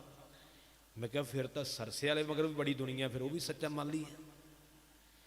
ਫਿਰ ਤਾਂ ਜਦੋਂ ਲੀਡਰਾਂ ਦੀ ਰੈਲੀ ਹੁੰਦੀ ਹੈ ਉਹਨਾਂ ਮਗਰ ਵੀ ਬੜੀ ਦੁਨੀਆ ਹੁੰਦੀ ਹੈ। ਜੇ ਦੁਨੀਆ ਦੇ ਹਿਸਾਬ ਨਾਲ ਕਿਸੇ ਨੂੰ ਸੱਚਾ ਸੁੱਚਾ ਮੰਨਣਾ ਹੈ ਤੇ ਫਿਰ ਤਾਂ ਔਰੰਗਜ਼ੇਬ ਦੀ ਫੌਜ 10 ਲੱਖ ਸੀ ਤੇ ਗੁਰੂ ਗੋਬਿੰਦ ਸਿੰਘ ਦੇ ਨਾਲ 40 ਸੀ, ਫਿਰ ਆਪਾਂ ਔਰੰਗਜ਼ੇਬ ਨੂੰ ਸਹੀ ਮੰਨਾਂਗੇ, ਗੁਰੂ ਗੋਬਿੰਦ ਸਿੰਘ ਨੂੰ ਗਲਤ? ਜੇ ਆਪਾਂ ਗਿਣਤੀ ਦੇ ਹਿਸਾਬ ਨਾਲ ਸਹੀ ਮੰਨਦੇ ਹਾਂ ਕਿਸੇ ਨੂੰ, ਫਿਰ ਔਰੰਗਜ਼ੇਬ ਸੱਚਾ ਹੋਊਗਾ। ਗੁਰੂ ਗੋਬਿੰਦ ਸਿੰਘ ਦੇ ਨਾਲ ਤੇ ਚਮਕੌਰ ਦੀ ਗੜੀ ਵਿੱਚ 40 ਸਿੰਘ ਸੀ, ਦੂਜੇ ਪਾਸੇ 10 ਲੱਖ ਫੌਜ ਹੈ। ਇਹ ਧਿਆਨ ਦੇਣ ਵਾਲੇ ਬਚਨ। ਜੇ ਗਿਣਤੀ ਨਾਲ ਕੋਈ ਸਹੀ ਹੁੰਦਾ ਹੈ ਕਿ ਕਿਸੇ ਦੇ ਮਗਰ ਦੁਨੀਆ ਜ਼ਿਆਦਾ ਹੈ, ਉਹ ਸਹੀ ਹੈ ਵੀ ਇਹਨੂੰ ਸੁਣਨ ਵਾਲੇ ਜ਼ਿਆਦਾ ਹੈ, ਇਹਦੇ ਮਗਰ ਲੱਗਣ ਵਾਲੇ ਜ਼ਿਆਦਾ ਹੈ, ਤੇ ਫਿਰ ਤਾਂ ਗੁਰਮੁਖੋ ਜਿੰਨੀਆਂ ਅੱਜ ਤੱਕ ਵਿਰੋਧੀ ਸ਼ਕਤੀਆਂ ਸਾਰੀਆਂ ਸਹੀ ਹੋ ਜਾਣੀਆਂ। ਗਿਣਤੀ ਨਾਲ ਕਿਸੇ ਧਰਮ ਨੂੰ ਮਾਪਿਆ ਨਹੀਂ ਜਾਂਦਾ। ਮੈਂ ਇਹ ਵੀ ਕਹਿ ਦੇਵਾਂ ਕਿ ਸਾਨੂੰ ਕੋਈ ਇਹ ਖੁਸ਼ੀ ਨਹੀਂ ਵੀ ਸਾਡੇ ਧਰਮ ਦੀ ਗਿਣਤੀ ਵੱਧ ਗਈ ਹੈ ਜੀ ਅਸੀਂ ਬੜੇ ਖੁਸ਼ ਹਾਂ, ਨਹੀਂ। ਸਤਿਗੁਰਾਂ ਨੇ ਜਿਹੜਾ ਸਿੱਖ ਧਰਮ ਬਣਾਇਆ ਹੈ ਇਹ ਗਿਣਤੀ ਵਧਾਉਣ ਵਾਸਤੇ ਨਹੀਂ, ਇਹ ਬਣਾਇਆ ਹੈ ਦੁਨੀਆ ਦੇ ਭਲੇ ਵਾਸਤੇ, ਸੰਸਾਰ ਦੇ ਭਲੇ ਵਾਸਤੇ। ਇੱਥੇ ਗਿਣਤੀ ਨਾਲ ਨਹੀਂ ਸੰਬੰਧ ਵੀ ਇੱਥੇ ਗਿਣਤੀ ਕਰਕੇ ਦੂਜੇ ਨਾਲੋਂ ਅੱਗੇ ਲੰਘਣਾ ਹੈ। ਸਿੱਖ ਨੇ ਕਦੇ ਨਹੀਂ ਸੋਚਿਆ ਕਿ ਅਸੀਂ ਗਿਣਤੀ ਵਧਾ ਕੇ ਦੂਜੇ ਨੂੰ ਅੱਗੇ ਲੰਘਣਾ ਹੈ। ਸਿੱਖ ਨੇ ਜਦੋਂ ਵੀ ਕਿਸੇ ਨਾਲੋਂ ਅੱਗੇ ਲੰਘਣਾ ਕੀਤਾ ਹੈ, ਉਹਨੇ ਕਰਮ ਕਰਕੇ ਅੱਗੇ ਲੰਘਣਾ ਕੀਤਾ ਹੈ, ਉਹਨੇ ਜੀਵਨ ਕਰਕੇ ਅੱਗੇ ਲੰਘਣਾ ਕੀਤਾ। ਸਿੱਖ ਕੌਮ ਦੀ ਜੇ ਅੱਜ ਵਡਿਆਈ ਆ ਨਾ ਸਾਰੇ ਸੰਸਾਰ ਵਿੱਚ, ਉਹ ਗਿਣਤੀ ਕਰਕੇ ਨਹੀਂ ਗੀ ਵੀ ਸਿੱਖਾਂ ਦੀ ਗਿਣਤੀ ਬਹੁਤੀ ਸੀ, ਨਹੀਂ, ਸਿੱਖਾਂ ਦੇ ਕਿਰਦਾਰ ਕਰਕੇ ਹੈ। ਇਹ ਧਿਆਨ ਦੇਣ ਵਾਲੇ ਬੱਚੇ ਨਾ, ਸਿੱਖਾਂ ਦੇ ਕਿਰਦਾਰ ਕਰਕੇ ਸਿੱਖਾਂ ਦੀ ਵਡਿਆਈ ਹੈ, ਸਿੱਖਾਂ ਦੀ ਗਿਣਤੀ ਕਰਕੇ ਨਹੀਂ। ਗਿਣਤੀ ਤਾਂ ਹੁਣ ਈਸਾਈਆਂ ਦੀ ਬਹੁਤੀ ਹੈ, ਇਸ ਨੂੰ ਸਮਝਣ ਦੀ ਲੋੜ ਹੈ। ਪਰ ਗੁਰਮੁਖੋ ਸਿੱਖ ਕੌਮ ਨੂੰ ਹਰ ਧਰਮ ਦਾ ਬੰਦਾ ਕਿਉਂ ਵਡਿਆਈ ਦਿੰਦਾ? ਇਹਨਾਂ ਦੇ ਕਿਰਦਾਰ ਕਰਕੇ। ਇੱਥੋਂ ਤੱਕ ਕਿ ਦੁਸ਼ਮਣਾਂ ਨੇ ਵੀ ਇਹ ਗੱਲ ਕਹਿ ਦਿੱਤੀ ਸੀ, ਜਦੋਂ ਦੁਸ਼ਮਣਾਂ ਨੇ ਲਿਖਿਆ ਨਾ ਕਿ ਇਹ ਕੁੱਤੇ ਨੇ, ਸਿੱਖਾਂ ਬਾਰੇ ਬਚਨ ਲਿਖਿਆ, ਜ਼ਕਰੀਆ ਖਾਨ ਵੇਲੇ ਦਾ ਬਚਨ ਪੜ੍ਹ ਕੇ ਵੇਖੋ। ਨਾਦਰ ਸ਼ਾਹ ਦੁਰਾਨੀ ਆਉਂਦਾ ਹੈ, ਉਸ ਵੇਲੇ ਨਾਦਰ ਸ਼ਾਹ ਪੁੱਛਦਾ ਹੈ ਤੇ ਮੁੜ ਕੇ ਆਪਣੇ ਮੂੰਹ ਕਹਿੰਦੇ ਇਹਨਾਂ ਕੁੱਤਿਆਂ ਨੂੰ ਕੁੱਤੇ ਨਾ ਕਹੋ, ਇਹਨਾਂ ਦਾ ਜੀਵਨ ਬੜਾ ਉੱਚਾ ਹੈ। ਆਪਣੀ ਧੀ ਭੈਣ ਦੀ ਤੇ ਪੱਤ ਰੱਖਣੀ, ਦੁਸ਼ਮਣ ਦੀ ਧੀ ਭੈਣ ਵੀ ਇਹਨਾਂ ਦੇ ਕੋਲ ਆ ਜਾਵੇ, ਇਹ ਉਹਦੀ ਵੀ ਪੱਤ ਨਹੀਂ ਲੁੱਟਦੇ। ਇਹ ਦੱਸੋ, ਦੁਸ਼ਮਣ ਦੇ ਮੂੰਹੋਂ ਜਿਹੜਾ ਜਸ ਨਿਕਲਦਾ ਖਾਲਸੇ ਦਾ, ਕੀ ਗਿਣਤੀ ਕਰਕੇ? ਗਿਣਤੀ ਕਰਕੇ ਨਹੀਂ। ਅੱਜ ਕਹਿ ਦਿੰਦੇ ਬੜੀ ਚਿੰਤਾ ਜੀ, ਗਿਣਤੀ ਘਟ ਗਈ। ਘਟ ਜਾਵੇ, ਗਿਣਤੀ ਪਹਿਲਾਂ ਕਦੋਂ ਵਧੀ ਸੀ? ਇੱਥੇ ਵੋਟਾਂ ਪੈਣੀਆਂ, ਵੀ ਵੋਟਾਂ ਵੱਧ ਪੈਣਗੀਆਂ ਤਾਂ ਸਿੱਖ ਧਰਮ ਜਿੱਤੇਗਾ, ਨਹੀਂ। ਇੱਥੇ ਕਿਰਦਾਰ ਵੇਖਿਆ ਜਾਣਾ ਹੈ। ਇੱਥੇ ਬਾਬਾ ਬੋਤਾ ਸਿੰਘ ਤੇ ਗਰਜਾ ਸਿੰਘ ਦੋਵੇਂ ਵੇਖੇ ਜਾਣੇ ਆ। ਧਿਆਨ ਦੇਣਾ। ਕਹਿੰਦੇ ਸਿੱਖ ਖਤਮ ਹੋ ਗਏ ਜੀ, ਰਿਹਾ ਹੀ ਕੋਈ ਨਹੀਂ। ਬਾਬਾ ਬੋਤਾ ਸਿੰਘ ਤੇ ਗਰਜਾ ਸਿੰਘ ਨੇ ਆਪ ਮੋਰਚਾ ਲਿਆ, ਰਿਹਾ ਕਿਉਂ ਨਹੀਂ? ਹੈਗੇ ਅਸੀਂ ਅਜੇ। ਸਰਕਾਰ ਨੂੰ 2 ਜਾਣਿਆਂ ਨੇ ਭਾਜਣਾ ਪਾ ਦਿੱਤੀ, ਗਿਣਤੀ ਨਾਲ ਥੋੜਾ ਭਾਜਣਾ ਪੈਂਦੀ ਹੈ। ਇਹ ਧਿਆਨ ਦੇਣ ਵਾਲੇ ਬਚਨ। ਅਬਦਾਲੀ ਆਇਆ ਹੈ, ਕਈ ਹਮਲੇ ਕੀਤੇ, ਦਰਬਾਰ ਸਾਹਿਬ ਤੇ ਹਮਲਾ ਕੀਤਾ, ਕੋਈ ਸਿੱਖ ਉੱਥੇ ਨਹੀਂ। ਥੋੜੇ ਜਿਹੇ ਸਿੰਘ, ਬਾਬਾ ਗੁਰਬਖਸ਼ ਸਿੰਘ ਉੱਥੇ, ਦਮਦਮੀ ਟਕਸਾਲ ਦਾ ਦੂਸਰਾ ਮੁਖੀ ਬਾਬਾ ਗੁਰਬਖਸ਼ ਸਿੰਘ। ਤੁਸੀਂ ਜਾਓਗੇ ਨਾ ਅਕਾਲ ਤਖਤ ਸਾਹਿਬ ਦਰਸ਼ਨ ਕਰਦੇ, ਉਹਦੇ ਪਿਛਲੇ ਪਾਸੇ ਸਥਾਨ ਬਣਿਆ ਆ ਬਾਬਾ ਗੁਰਬਖਸ਼ ਸਿੰਘ ਜੀ ਦਾ ਨਿਸ਼ਾਨ ਸਾਹਿਬ ਵੀ ਲੱਗਾ ਹੋਇਆ। ਕਿਤੇ ਉਸ ਬਾਬੇ ਦਾ ਇਤਿਹਾਸ ਪੜ੍ਹ ਕੇ ਵੇਖਿਓ। ਅਬਦਾਲੀ ਆਇਆ, ਲੱਖਾਂ ਫੌਜਾਂ ਲੈ ਕੇ ਆਇਆ। ਹੁਣ ਗਿਣਤੀ ਕੋਈ ਨਹੀਂ, 30 ਸਿੰਘ ਨਾਲ ਨੇ ਬਾਬਾ ਗੁਰਬਖਸ਼ ਸਿੰਘ ਦੇ ਨਾਲ, ਸਿਰਫ 30 ਗਿਣਤੀ ਦੇ। ਆਖਿਆ ਬਾਬਾ ਜੀ ਹੁਣ ਕੀ ਕਰਨਾ? ਉਧਰ ਤਾਂ ਗਿਣਤੀ ਬੜੀ ਹੈ। ਬਾਬਾ ਜੀ ਕਹਿੰਦੇ ਆਪਾਂ ਗਿਣਤੀ ਤੋਂ ਕੀ ਲੈਣਾ ਹੈ, ਆਪਾਂ ਤੇ ਗੁਰੂ ਵਾਸਤੇ ਸੀਸ ਵਾਰਨਾ ਹੈ। ਹੁਣ ਅੱਜ ਆਪਾਂ ਕਹਿ ਦਿੰਦੇ ਮਰਨਾ ਮਰਾਉਣਾ, ਇਹ ਸਿੱਖ ਕੌਮ ਦਾ ਕੰਮ ਨਹੀਂਗਾ ਮਰਨਾ ਮਰਾਉਣਾ। ਆਪਾਂ ਜ਼ਿਆਦਾ ਜ਼ੋਰ ਇੱਥੇ ਦਿੰਦੇ ਆ, ਮਰ ਗਏ, ਮਾਰ ਲਿਆ, ਮਰ ਗਏ, ਨਹੀਂ ਐਵੇਂ ਮਰ ਜਾਣਾ ਨਹੀਂ। ਜਿਹੜੀ ਸ਼ਹਾਦਤ ਦੇਣੀ ਹੈ ਨਾ, ਜਿਹੜੀ ਸ਼ਹੀਦੀ ਆ, ਉਹਦਾ ਸੰਕਲਪ ਹੋਰ ਹੈ। ਜਿਹੜਾ ਐਵੇਂ ਡਿੰਗਾ ਮਾਰੀ ਮਰ ਜੂੰਗਾ ਜਾਂ ਮਾਰ ਦੂੰਗਾ, ਇਹ ਗੱਲਾਂ ਨਹੀਂ ਗੀਆਂ। ਇਹ ਸਿੱਖ ਕੌਮ ਦਾ ਵਿਰਸਾ ਨਹੀਂਗਾ ਵੀ ਬਿਨਾਂ ਵਜ੍ਹਾ ਤੋਂ ਮਰ ਗਏ। ਸ਼ਹਾਦਤ ਦੇਣ ਦਾ ਅਰਥ ਕੀ ਹੈ? ਸ਼ਹਾਦਤ ਦਾ ਅਰਥ ਹੈ ਗਵਾਹੀ। ਹੁਣ ਜਿਨ੍ਹਾਂ ਦਾ ਆਪਾਂ ਜੋੜ ਮੇਲਾ ਮਨਾ ਰਹੇ ਹਾਂ, ਬਾਬਾ ਭੂਪ ਸਿੰਘ ਜੀ, ਤੇ ਇਹਨਾਂ ਦੇ ਜਰਨੈਲ ਸਨ ਸਰਦਾਰ ਸ਼ਾਮ ਸਿੰਘ ਅਟਾਰੀ। ਉਹਨਾਂ ਨੇ ਚਿੱਠੀਆਂ ਭੇਜੀਆਂ ਸੀ, ਇਹਨਾਂ ਨੂੰ ਵੀ ਚਿੱਠੀ ਆਈ ਸੀ ਵੀ ਆ ਜਾਓ। ਕਿ ਬਾਬਾ ਸ਼ਾਮ ਸਿੰਘ ਅਟਾਰੀ ਨੂੰ ਇਹ ਨਹੀਂ ਸੀ ਪਤਾ ਵੀ ਅੱਗੇ ਅੰਗਰੇਜ਼ਾਂ ਦੀ ਗਿਣਤੀ ਜ਼ਿਆਦੀ ਹੈ, ਫੌਜਾਂ ਦੀ ਗਿਣਤੀ ਜ਼ਿਆਦੀ ਹੈ? ਪਤਾ ਸੀ ਉਹਨਾਂ ਨੂੰ। ਕਿ ਉਹਨਾਂ ਨੂੰ ਇਹ ਨਹੀਂ ਸੀ ਪਤਾ ਕਿ ਆਪਣੇ ਵਿੱਚੋਂ ਗਦਾਰ ਵੀ ਨਿਕਲਣੇ? ਪਤਾ ਸੀ। ਪਰ ਉਹਨਾਂ ਨੂੰ ਪਤਾ ਸੀ ਵੀ ਹੁਣ ਸੋਚਣ ਦਾ ਸਮਾਂ ਨਹੀਂ, ਗੁਰੂ ਵਾਸਤੇ ਨਿਸ਼ਾਵਰ ਹੋਣ ਦਾ ਸਮਾਂ ਹੈ। ਮੈਂ ਇੱਕ ਅੰਗਰੇਜ਼ ਲਿਖਾਰੀ ਨੂੰ ਪੜ੍ਹ ਰਿਹਾ ਸੀ, ਬੜੇ ਕਮਾਲ ਦੇ ਬਚਨ ਲਿਖੇ। ਗਦਾਰਾਂ ਨੇ ਆਖਿਆ ਸਰ ਸਿੱਖ ਹਾਰ ਗਏ, ਜਿਵੇਂ ਲਿਖਿਆ ਵੀ ਸਿੱਖ ਹਾਰ ਗਏ। ਜਿਹੜੇ ਤੇਜਾ ਸਿੰਘ, ਲਾਲ ਸਿੰਘ ਵਰਗੇ ਜਿਨ੍ਹਾਂ ਗਦਾਰੀਆਂ ਕੀਤੀਆਂ ਉਦੋਂ, ਉਹ ਕਹਿਣ ਲੱਗੇ ਜੀ ਸਿੱਖ ਹਾਰ ਗਏ। ਤੇ ਅੰਗਰੇਜ਼ ਲਿਖਾਰੀ ਲਿਖਦਾ ਹੈ ਨਹੀਂ, ਸਿੱਖ ਨਹੀਂ ਕਦੇ ਵੀ ਹਾਰਦਾ। ਹਾਰੇ ਕੌਣ? ਤੁਸੀਂ ਹਾਰ ਗਏ ਜਿਨ੍ਹਾਂ ਨੇ ਸਿੱਖ ਕੌਮ ਨਾਲ ਗਦਾਰੀ ਕੀਤੀ। ਹਾਰਿਆ ਉਹ ਨਹੀਂ ਜਿਹੜਾ ਸ਼ਹੀਦੀ ਦੇ ਗਿਆ, ਹਾਰਿਆ ਉਹ ਹੁੰਦਾ ਜਿਹੜਾ ਗਦਾਰੀ ਕਰ ਜਾਂਦਾ ਹੈ, ਪਿੱਠ ਵਿੱਚ ਛੁਰਾ ਮਾਰ ਜਾਂਦਾ ਸਿੱਖ ਕੌਮ ਦੇ, ਉਹ ਬੰਦਾ ਹਾਰ ਜਾਂਦਾ ਹੈ। ਉਹ ਗੁਰੂ ਵੱਲੋਂ ਵੀ ਹਾਰ ਗਿਆ, ਸੰਸਾਰ ਵੱਲੋਂ ਵੀ ਹਾਰ ਗਿਆ, ਨਿਰੰਕਾਰ ਵੱਲੋਂ ਵੀ ਹਾਰ ਗਿਆ। ਉਹਨੂੰ ਕੋਈ ਵੀ ਪ੍ਰਵਾਨ ਨਹੀਂ ਕਰਦਾ, ਨਾ ਗੁਰੂ ਪ੍ਰਵਾਨ ਕਰਦਾ, ਨਾ ਰੱਬ ਪ੍ਰਵਾਨ ਕਰਦਾ, ਨਾ ਦੁਨੀਆ ਉਹਨੂੰ ਪ੍ਰਵਾਨ ਕਰਦੀ। ਦੁਨੀਆ ਵੀ ਲਾਹਨਤ ਪਾਉਂਦੀ। ਹਾਰਿਆ ਕੌਣ ਫਿਰ? ਜਿੱਤਿਆ ਕੌਣ ਹੈ? ਜਿਹੜਾ ਕੁਰਬਾਨੀ ਦੇ ਗਿਆ ਹੈ ਉਹ ਜਿੱਤ ਗਿਆ ਹੈ। ਉਹ ਹਾਰਿਆ ਹੋਵੇ ਤੇ ਮੈਦਾਨ ਵਿੱਚੋਂ ਭੱਜ ਜਾਂਦਾ ਨਹੀਂ। ਜਿੱਤ ਹਾਰ ਦੇ ਵਿੱਚ ਦੋ ਚੀਜ਼ਾਂ ਹੁੰਦੀਆਂ। ਜੰਗ ਜਿੱਤਿਆ ਜਾਵੇ ਤੇ ਬਚ ਜਾਵੇ, ਉਹਨੂੰ ਕਿਹਾ ਜਾਂਦਾ ਹੈ ਜਿੱਤ ਕੇ ਆਇਆ। ਪਰ ਜਿਹੜਾ ਜੰਗ ਹਾਰ ਗਏ, ਜਿਹੜਾ ਉਹਦੇ ਵਿੱਚੋਂ ਬਚ ਕੇ ਭੱਜ ਜਾਵੇ, ਉਹਨੂੰ ਕਹਿੰਦੇ ਡਰਪੋਕ ਬਣ ਕੇ ਭੱਜ ਆਇਆ, ਹਾਰ ਕੇ ਭੱਜ ਆਇਆ। ਉਹਨੂੰ ਵਡਿਆਈ ਨਹੀਂ ਮਿਲਦੀ। ਪਰ ਜਿਹੜਾ ਹਾਰੇ ਹੋਏ ਜੰਗ ਦੇ ਵਿੱਚ ਵੀ ਸ਼ਹੀਦ ਹੋ ਜਾਵੇ, ਉਹਨੂੰ ਕਹਿੰਦੇ ਉਹ ਜਿੱਤ ਗਿਆ ਹੈ, ਆਪਣੀ ਕੁਰਬਾਨੀ ਦੇ ਗਿਆ, ਦੁਸ਼ਮਣਾਂ ਦੇ ਅੱਗੇ ਝੁਕਿਆ ਨਹੀਂਗਾ। ਇਹ ਧਿਆਨ ਦੇਣ ਵਾਲੇ ਬਚਨ ਨੇ। ਆਖਿਆ ਸਿੱਖ ਨਹੀਂ ਹਾਰੇ, ਹਾਰੇ ਨੇ ਗਦਾਰ ਲੋਕ, ਜਿਹੜੇ ਸਿੱਖ ਕੌਮ ਨੂੰ ਪਿੱਠ ਦੇ ਗਏ ਨੇ, ਪਿੱਠ ਵਿੱਚ ਛੁਰਾ ਮਾਰ ਗਏ ਨੇ, ਉਹ ਹਾਰ ਗਏ ਨੇ। 1984 ਦਾ ਪੜ੍ਹ ਲਓ।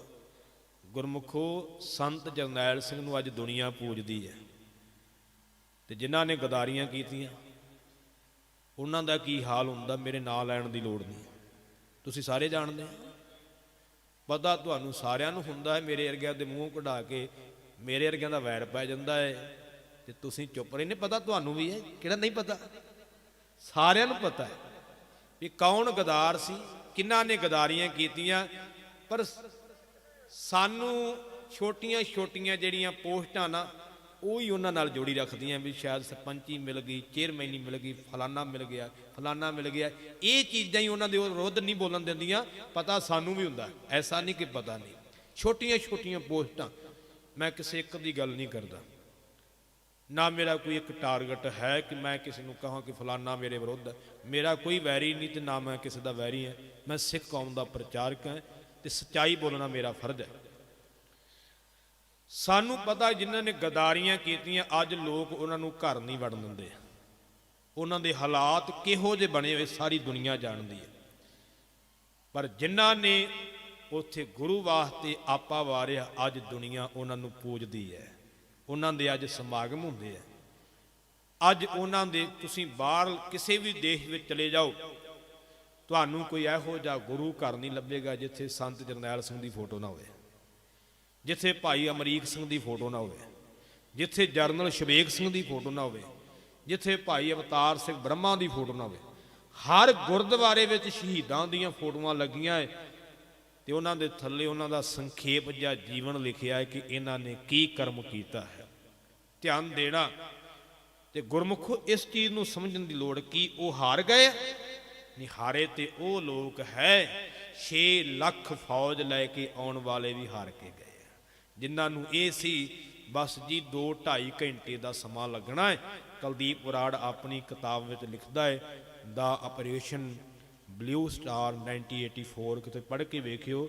ਉਹਦੇ ਵਿੱਚ ਉਹਨੇ ਲਿਖਿਆ ਹੈ, ਕਹਿੰਦੇ ਵੀ ਅਸੀਂ ਤਾਂ ਇਹ ਟਾਰਗੇਟ ਮਿਥਿਆ ਸੀ ਕਿ 2 ਤੋਂ 2.5 ਘੰਟੇ ਦੇ ਵਿੱਚ ਭਿੰਡਰਾਂਵਾਲੇ ਨੂੰ ਫੜ ਕੇ ਲੈ ਜਾਣਾ। ਕਹਿੰਦੇ ਅਸੀਂ ਤਾਂ ਜਹਾਜ਼ ਵੀ ਮੰਗਾ ਲਿਆ ਸੀ, ਹੈਲੀਕਾਪਟਰ, ਪਰ ਕਹਿੰਦੇ ਸਾਨੂੰ ਤੇ ਪਤਾ ਹੀ ਨਹੀਂ ਸੀ ਵੀ ਐਸਾ ਵੀ ਹੋਵੇਗਾ। 72 ਘੰਟੇ ਲਗਾਤਾਰ ਸਿੰਘਾਂ ਨੇ ਲੜਾਈ ਕੀਤੀ, ਜੰਗ ਕੀਤਾ। ਉਹ ਵੀ ਕੋਈ ਰਾਜ ਕੋਲ ਕੋਈ ਨਹੀਂ ਗਾ, ਕੋਈ ਫੌਜ ਕੋਲ ਕੋਈ ਨਹੀਂ ਗੀ। ਦੂਜੇ ਪਾਸੇ ਰਾਜ ਵੀ ਹੈ, ਦੂਜੇ ਪਾਸੇ ਫੌਜ ਵੀ ਹੈ, ਦੂਜੇ ਪਾਸੇ ਹਥਿਆਰ ਵੀ ਵੱਡੇ ਵੱਡੇ ਨੇ। ਪਰ ਗੁਰੂ ਪਿਆਰ ਵਾਲਿਓ, ਇੱਧਰ ਕੇਵਲ ਤੇ ਕੇਵਲ ਗੁਰੂ ਦਾ ਆਸਰਾ ਹੈ, ਗੁਰੂ ਦਾ ਸਿਦਕ ਹੈ ਤੇ ਸਿੱਖਾਂ ਨੇ ਜੰਗ ਕੀਤਾ ਹੈ। ਪਰ ਕੋਈ ਵੀ ਸਿੱਖ ਝੁਕਿਆ ਨਹੀਂ। ਜਿਹੜੇ ਅਸਲੀ ਗਦਾਰਾਂ ਨੇ ਤੇ ਗਦਾਰੀਆਂ ਕਰਨੀਆਂ ਹੁੰਦੀਆਂ, ਹਰ ਸਮੇਂ ਵਿੱਚ ਹੁੰਦੀਆਂ। ਇਹ ਬਚਨ ਧਿਆਨ ਦੇਣ ਵਾਲੇ, ਇਹਨਾਂ ਨੂੰ ਸਮਝਣ ਦੀ ਲੋੜ ਹੈ, ਸੁਚੇਤ ਹੋਣ ਦੀ ਲੋੜ ਹੈ। ਤੇ ਗੁਰੂ ਪਿਆਰ ਵਾਲਿਓ, ਸ਼ਹੀਦ ਜਿਹੜਾ ਸ਼ਹੀਦੀ ਪਾ ਜਾਂਦਾ ਹੈ ਉਹ ਹਾਰਦਾ ਨਹੀਂ। ਵੈਸੇ ਕਿਹਾ ਜਾਂਦਾ ਹੈ ਕਿ ਸਿੱਖ ਉਦੋਂ ਹਾਰ ਗਏ, ਨਹੀਂ ਨਹੀਂ, ਹਾਰੇ ਕੌਣ? ਗਦਾਰ ਹਾਰ ਗਏ, ਜਿਨ੍ਹਾਂ ਨੇ ਗਦਾਰੀਆਂ ਕੀਤੀਆਂ। ਸਰਦਾਰ ਸ਼ਾਮ ਸਿੰਘ ਜੀ, ਸਰਦਾਰ ਭੂਪ ਸਿੰਘ ਜੀ, ਇਹ ਤਾਂ ਜਿੱਤ ਗਏ ਨੇ, ਇਹ ਤਾਂ ਜਿੱਤੇ ਆ, ਇਹ ਜਿੱਤੇ ਆ ਜਿਹੜੇ ਜੀਵਨ ਦੀ ਬਾਜੀ ਜਿੱਤ ਗਏ। ਮਰਨਾ ਤੇ ਸਾਰਿਆਂ ਨੇ ਆ, ਪਰ ਉਹਨਾਂ ਨੂੰ ਜੇ ਮੰਨ ਲਓ ਤੇਜਾ ਸਿੰਘ, ਲਾਲ ਸਿੰਘ ਵਾਂਗੂ ਬਾਬਾ ਭੂਪ ਸਿੰਘ ਜੀ ਵੀ ਆ ਜਾਂਦੇ ਤੇ ਆਪਾਂ ਗੁਰਦੁਆਰਾ ਬਣਾਉਣਾ ਸੀ, ਆਪਾਂ ਮੇਲਾ ਬਣਾਉਣਾ ਸੀ? ਕਿਸੇ ਨੇ ਸੀ ਬਣਾਉਣਾ। ਉਹਨਾਂ ਦਾ ਕਿਤੇ ਗੁਰਦੁਆਰਾ ਬਣਿਆ ਲਾਲ ਸਿੰਘ ਦਾ, ਤੇਜਾ ਸਿੰਘ ਦਾ, ਜਿਨ੍ਹਾਂ ਨੇ ਗਦਾਰੀਆਂ ਕੀਤੀਆਂ? ਕੋਈ ਮੇਲਾ ਬਣਾਉਂਦਾ ਉਹਨਾਂ ਦਾ? ਨਹੀਂ। ਹਾਰੇ ਉਹ ਲੋਕ ਹੈ, ਜਿੱਤਿਆਂ ਦੀ ਖੁਸ਼ੀ ਮਨਾਈ ਜਾਂਦੀ ਹੈ। ਜਿੱਤੇ ਨੇ ਬਾਬਾ ਭੂਪ ਸਿੰਘ, ਜਿਨ੍ਹਾਂ ਦਾ ਅੱਜ ਆਪਾਂ ਜੋੜ ਮੇਲਾ ਮਨਾ ਰਹੇ ਹਾਂ, ਯਾਦ ਕਰ ਰਹੇ ਹਾਂ, ਉਹ ਜਿੱਤ ਗਏ। ਮੈਂ ਬਹੁਤਾ ਵਿਸਥਾਰ ਵੱਲ ਨਾ ਜਾਵਾਂ, 5 ਮਿੰਟ ਮੇਰੇ ਬਾਕੀ, ਮੈਂ ਸਮਾਪਤੀ ਕਰ ਦੇਣੀ ਆਪਣੇ ਸਮੇਂ ਵਿੱਚ। ਇਹ ਨੁਕਤੇ ਸਮਝਣ ਵਾਲੇ ਸੀ। ਸਿੱਖ ਕਦੀ ਆਪਣੇ ਗੁਰੂ ਤੇ ਤਰਕ ਨਹੀਂ ਕਰਦਾ। ਸਿੱਖ ਗੁਰੂ ਦੇ ਬਚਨ ਨੂੰ ਕਮਾਉਂਦਾ ਹੈ, ਸਦਾ ਕਮਾਉਂਦਾ ਹੈ। ਹੁਣ ਜੇ ਮੇਰੇ ਵਰਗਾ ਸਟੇਜ ਤੇ ਬੋਲੀ ਜਾਵੇ ਆ ਵੀ ਨਹੀਂ ਹੈਗਾ ਜੀ, ਆ ਵੀ ਨਹੀਂ, ਆ ਵੀ ਮਾੜਾ ਹੈ, ਆ ਵੀ ਮਾੜਾ ਹੈ, ਆ ਵੀ ਮਾੜਾ ਹੈ, ਤੇ ਤੁਸੀਂ ਮੈਨੂੰ ਆ ਕੇ ਪੁੱਛੋ ਦੱਸੋ ਗਿਆਨੀ ਜੀ ਕਿਵੇਂ ਮਾੜਾ ਹੈ, ਤੇ ਮੈਂ ਆਖਾਂ ਜੀ ਮੈਂ ਨਹੀਂ ਤੁਹਾਡੇ ਨਾਲ ਗੱਲ ਕਰਨੀ। ਇਹ ਤਾਂ ਨਹੀਂ ਨਾ। ਜੇ ਮੈਂ ਬੋਲਿਆ ਹੈ ਤੇ ਮੇਰਾ ਫਰਜ਼ ਹੈ ਕਿ ਤੁਸੀਂ ਜੇ ਮੈਨੂੰ ਸਵਾਲ ਕਰੋ ਤੇ ਮੈਂ ਉਹਦਾ ਜਵਾਬ ਦੇ ਕੇ ਜਾਵਾਂ, ਇਹ ਮੇਰਾ ਫਰਜ਼ ਬਣਦਾ। ਤੁਹਾਡਾ ਫਰਜ਼ ਹੈ ਸਵਾਲ ਕਰਨਾ। ਜੇ ਮੈਂ ਕਿਤੇ ਗਲਤ ਬੋਲਦਾ ਹੈ, ਤੁਹਾਡਾ ਫਰਜ਼ ਹੈ ਮੈਨੂੰ ਸਵਾਲ ਕਰਨ ਦਾ, ਤੇ ਮੇਰਾ ਫਰਜ਼ ਹੈ ਤੁਹਾਨੂੰ ਜਵਾਬ ਦੇਣ ਦਾ, ਗੁਰਬਾਣੀ ਦੀ ਰੌਸ਼ਨੀ ਵਿੱਚ, ਇਤਿਹਾਸ ਦੀ ਰੌਸ਼ਨੀ ਵਿੱਚ। ਇਹ ਨਹੀਂ ਕਿ ਮੈਂ ਆਪਣੇ ਦਿਮਾਗ ਨਾਲ ਉਹਨੂੰ ਘੁਮਾ ਫਿਰਾ ਕੇ ਕਹਿ ਦਿਆਂਗਾ ਜੀ ਇੱਦਾਂ ਨਹੀਂ ਨਾ। ਪ੍ਰਮਾਣ ਗੁਰਬਾਣੀ ਦੇ ਹੋਣ, ਇਤਿਹਾਸਕ ਪ੍ਰਮਾਣ ਨਾਲ ਸਿੱਧ ਕਰਾਂ ਵੀ ਹਾਂ ਭਾਈ ਮੈਂ ਤਾਂ ਕਿਹਾ ਹੈ। ਆ ਵੇਖੋ ਗੁਰੂ ਕੇ ਇਤਿਹਾਸ 'ਚ ਲਿਖਿਆ, ਆ ਵੇਖੋ ਗੁਰੂ ਕੀ ਬਾਣੀ ਵਿੱਚ ਲਿਖਿਆ। ਤੇ ਫਿਰ ਜਿਹੜੇ ਉਹ ਗੁਰਬਾਣੀ ਦੇ ਅਰਥ ਆ, ਇਹ ਵੀ ਨਹੀਂ ਕਿ ਉਹ ਮੇਰੇ ਆਪਣੇ ਦਿਮਾਗ ਦੇ ਹੋਵੇ। ਮੈਂ ਟੀਕਾਕਾਰ ਵੀ ਦੱਸਦਾ, ਫਲਾਨੇ ਟੀਕਾਕਾਰ ਨੇ ਵੀ ਲਿਖਿਆ, ਫਲਾਨੇ ਨੇ ਵੀ ਲਿਖਿਆ। ਹੁਣ ਜੇ ਮੈਂ ਨਵੇਂ ਹੀ ਕੱਢ ਮਾਰਾਂ ਆਪਦੇ ਕੋਲੋਂ ਹੀ, ਤੇ ਫਿਰ ਉਹ ਤਾਂ ਨਹੀਂ ਗੱਲ ਬਣਨੀ। ਇਹ ਧਿਆਨ ਦੇਣਾ, ਇਹਨੂੰ ਸਮਝਣ ਦੀ ਲੋੜ ਹੈ, ਸੁਚੇਤ ਹੋਣ ਦੀ ਲੋੜ ਹੈ। ਮੈਂ ਬਚਨ ਕੀਤਾ ਸੀ ਕਿ ਪੰਜਾ ਸਾਹਿਬ ਦਾ ਵੀ ਖੰਡਨ ਕੀਤਾ ਹੈ। ਕਹਿੰਦੇ ਜੀ ਪੰਜਾ ਲੱਗ ਹੀ ਨਹੀਂ ਸਕਦਾ, ਇਦਾਂ ਹੋ ਹੀ ਨਹੀਂ ਸਕਦਾ। ਹੁਣ ਤੁਹਾਡੇ ਵਿੱਚ ਵੀ ਨੌਜਵਾਨ ਹੋ ਸਕਦਾ ਕੋਈ ਵਿਰਲਾ ਐਸਾ ਹੋਵੇ ਜਿਹੜਾ ਇਸ ਗੱਲ ਤੋਂ ਮੁਨਕਰ ਹੁੰਦਾ ਹੋਵੇ, ਕਹਿੰਦਾ ਹੋਵੇ ਇਹ ਨਹੀਂ ਹੋ ਸਕਦਾ। ਪਹਿਲਾਂ ਤੇ ਇਹ ਸਵਾਲ ਹੈ ਕਿ ਮੈਨੂੰ ਇਹ ਦੱਸੋ ਵੀ ਗੁਰੂ ਨਾਨਕ ਸਾਹਿਬ ਹੈ ਕੌਣ? ਪਤਾ ਹੈ ਆਪਾਂ ਨੂੰ ਵੀ ਗੁਰੂ ਨਾਨਕ ਸਾਹਿਬ ਕੌਣ ਨੇ? ਜਿਹੜੀ ਉਹਨਾਂ ਦੀ ਸ਼ਬਦਾਵਲੀ ਉਹ ਕਹਿੰਦੀ ਹੈ ਵੀ ਗੁਰੂ ਨਾਨਕ ਸਾਹਿਬ ਇੱਕ ਇਨਸਾਨ ਸਨ। ਉਹਨਾਂ ਦੀ ਸ਼ਬਦਾਵਲੀ ਇਹ ਹੈ, ਕਿਉਂਕਿ ਗੁਰੂ ਨੂੰ ਜਿਹੋ ਜਿਹਾ ਮੰਨਾਂਗੇ ਨਾ ਉਹੋ ਜਿਹੀ ਭਾਵਨਾ। ਧਿਆਨ ਦੇਣਾ, ਜੇ ਤੇ ਅਸੀਂ ਇਨਸਾਨ ਮੰਨਦੇ ਹਾਂ ਤੇ ਫਿਰ ਕਹਿਣਾ ਪਵੇਗਾ ਪੰਜਾ ਨਹੀਂ ਲੱਗ ਸਕਦਾ, ਕਿਉਂਕਿ ਇਨਸਾਨ ਦਾ ਤਾਂ ਕੰਮ ਹੀ ਨਹੀਂ ਹੋਏਗਾ, ਬੰਦਾ ਤੇ ਇਦਾਂ ਨਹੀਂ ਕਰ ਸਕਦਾ। ਇਹ ਗੱਲ ਮੰਨਣਯੋਗ ਹੈ। ਇਸ ਤਰ੍ਹਾਂ ਮਨੁੱਖ ਤਾਂ ਨਹੀਂ ਕਰ ਸਕਦਾ ਵੀ ਏਡੇ ਵੱਡੇ ਪਹਾੜ ਨੂੰ ਕੋਈ ਮਨੁੱਖ ਨਹੀਂ ਰੋਕ ਸਕਦਾ। ਇਹ 100% ਸੱਚ ਹੈ ਗੱਲ। ਜੇ ਇਨਸਾਨ ਮੰਨਾਂਗੇ ਫਿਰ ਨਹੀਂ। ਹੁਣ ਗੁਰੂ ਨਾਨਕ ਸਾਹਿਬ ਕੌਣ? ਉਹਨਾਂ ਤੇ ਕਹਿਤਾ ਵੀ ਇਨਸਾਨ ਹੈ, ਤਾਂ ਉਹਨਾਂ ਨੇ ਖੰਡਨ ਕੀਤਾ, ਕਿਉਂਕਿ ਉਹਨਾਂ ਦੀ ਸੋਚ ਇੱਥੇ ਟਿਕੀ ਹੋਈ। ਹੁਣ ਆਪਾਂ ਪੁੱਛੀਏ ਗੁਰੂ ਗ੍ਰੰਥ ਸਾਹਿਬ ਨੂੰ ਕਿ ਗੁਰੂ ਨਾਨਕ ਸਾਹਿਬ ਕੌਣ ਨੇ? ਬੰਦਾ ਝੂਠ ਬੋਲ ਸਕਦਾ ਹੈ, ਮੈਂ ਵੀ ਬੋਲ ਸਕਦਾ, ਉਹ ਵੀ ਬੋਲ ਸਕਦੇ, ਪਰ ਗੁਰੂ ਤਾਂ ਨਹੀਂ ਬੋਲਦਾ। ਗੁਰਬਾਣੀ ਤੇ ਗਲਤ ਨਹੀਂ ਨਾ ਹੋ ਸਕਦੀ। ਬੰਦਾ ਗਲਤ ਹੋ ਸਕਦਾ, ਕੋਈ ਵੀ ਵੱਡੇ ਤੋਂ ਵੱਡਾ ਵਿਦਵਾਨ ਵੀ ਗਲਤ ਹੋ ਸਕਦਾ, ਪਰ ਧੰਨ ਗੁਰੂ ਗ੍ਰੰਥ ਸਾਹਿਬ ਨਹੀਂ ਗਲਤ ਹੋ ਸਕਦੇ। ਧਿਆਨ ਦੇਣਾ। ਹੁਣ ਗੁਰੂ ਸਾਹਿਬ ਕੀ ਕਹਿੰਦੇ ਨੇ ਗੁਰੂ ਨਾਨਕ ਸਾਹਿਬ ਬਾਰੇ? ਗੁਰਬਾਣੀ ਦਾ ਬਚਨ ਹੈ, ਜੋਤ ਰੂਪ ਹਰ ਆਪ ਗੁਰੂ ਨਾਨਕ ਕਹਾਇਓ। ਫਿਰ ਧਿਆਨ ਦਿਓ, ਪੰਕਤੀ ਨੂੰ ਪੜ੍ਹੋ ਸਾਰੇ ਜਾਣੇ। ਜੋਤ ਰੂਪ ਹਰ ਆਪ, ਯਾਦ ਹੋ ਗਈ ਹੋਣੀ ਕਈਆਂ ਨੂੰ। ਜੋਤ ਰੂਪ ਹਰ ਆਪ, ਇਹਦਾ ਅਰਥ ਕੀ ਹੈ? ਜੋਤੀ ਸਰੂਪ ਵਾਹਿਗੁਰੂ ਆਪ ਹੈ। ਕਿਤੇ ਪੜ੍ਹ ਲਿਓ। ਜੋਤ ਰੂਪ ਹਰ ਆਪ ਗੁਰੂ ਨਾਨਕ ਕਹਾਇਓ। ਉਸੇ ਨੇ ਗੁਰੂ ਨਾਨਕ ਕਹਾਉਣਾ ਕੀਤਾ। ਸ਼ੱਕ ਤਾਂ ਨਹੀਂ ਨਾ ਕੋਈ ਰਹਿ ਗਿਆ ਵੀ ਰੱਬ ਨਹੀਂਗਾ ਗੁਰੂ ਨਾਨਕ, ਆਮ ਇਨਸਾਨ ਨਹੀਂ। ਗੁਰਬਾਣੀ ਕਹਿੰਦੀ ਗੁਰੂ ਨਾਨਕ ਰੱਬ ਹੈ। ਗੁਰੂ ਅਰਜਨ ਦੇਵ ਪਾਤਸ਼ਾਹ ਬਾਰੇ ਬਚਨ ਪੜ੍ਹਦੇ ਹਾਂ। ਭੰਨ ਮਥੁਰਾ ਕਛ ਭੇਦ ਨਹੀਂ, ਗੁਰ ਅਰਜੁਨ ਪ੍ਰਤੱਖ ਹਾਰ।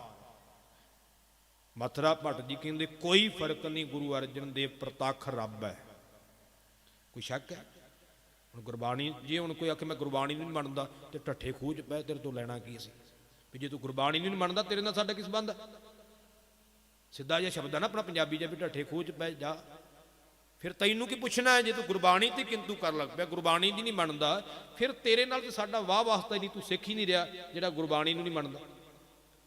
ਧਿਆਨ ਦੇਣਾ। ਹੁਣ ਗੁਰਬਾਣੀ ਨੇ ਰੱਬ ਨੂੰ ਜਪਣ ਬਾਰੇ ਕਿਹਾ ਨਾ।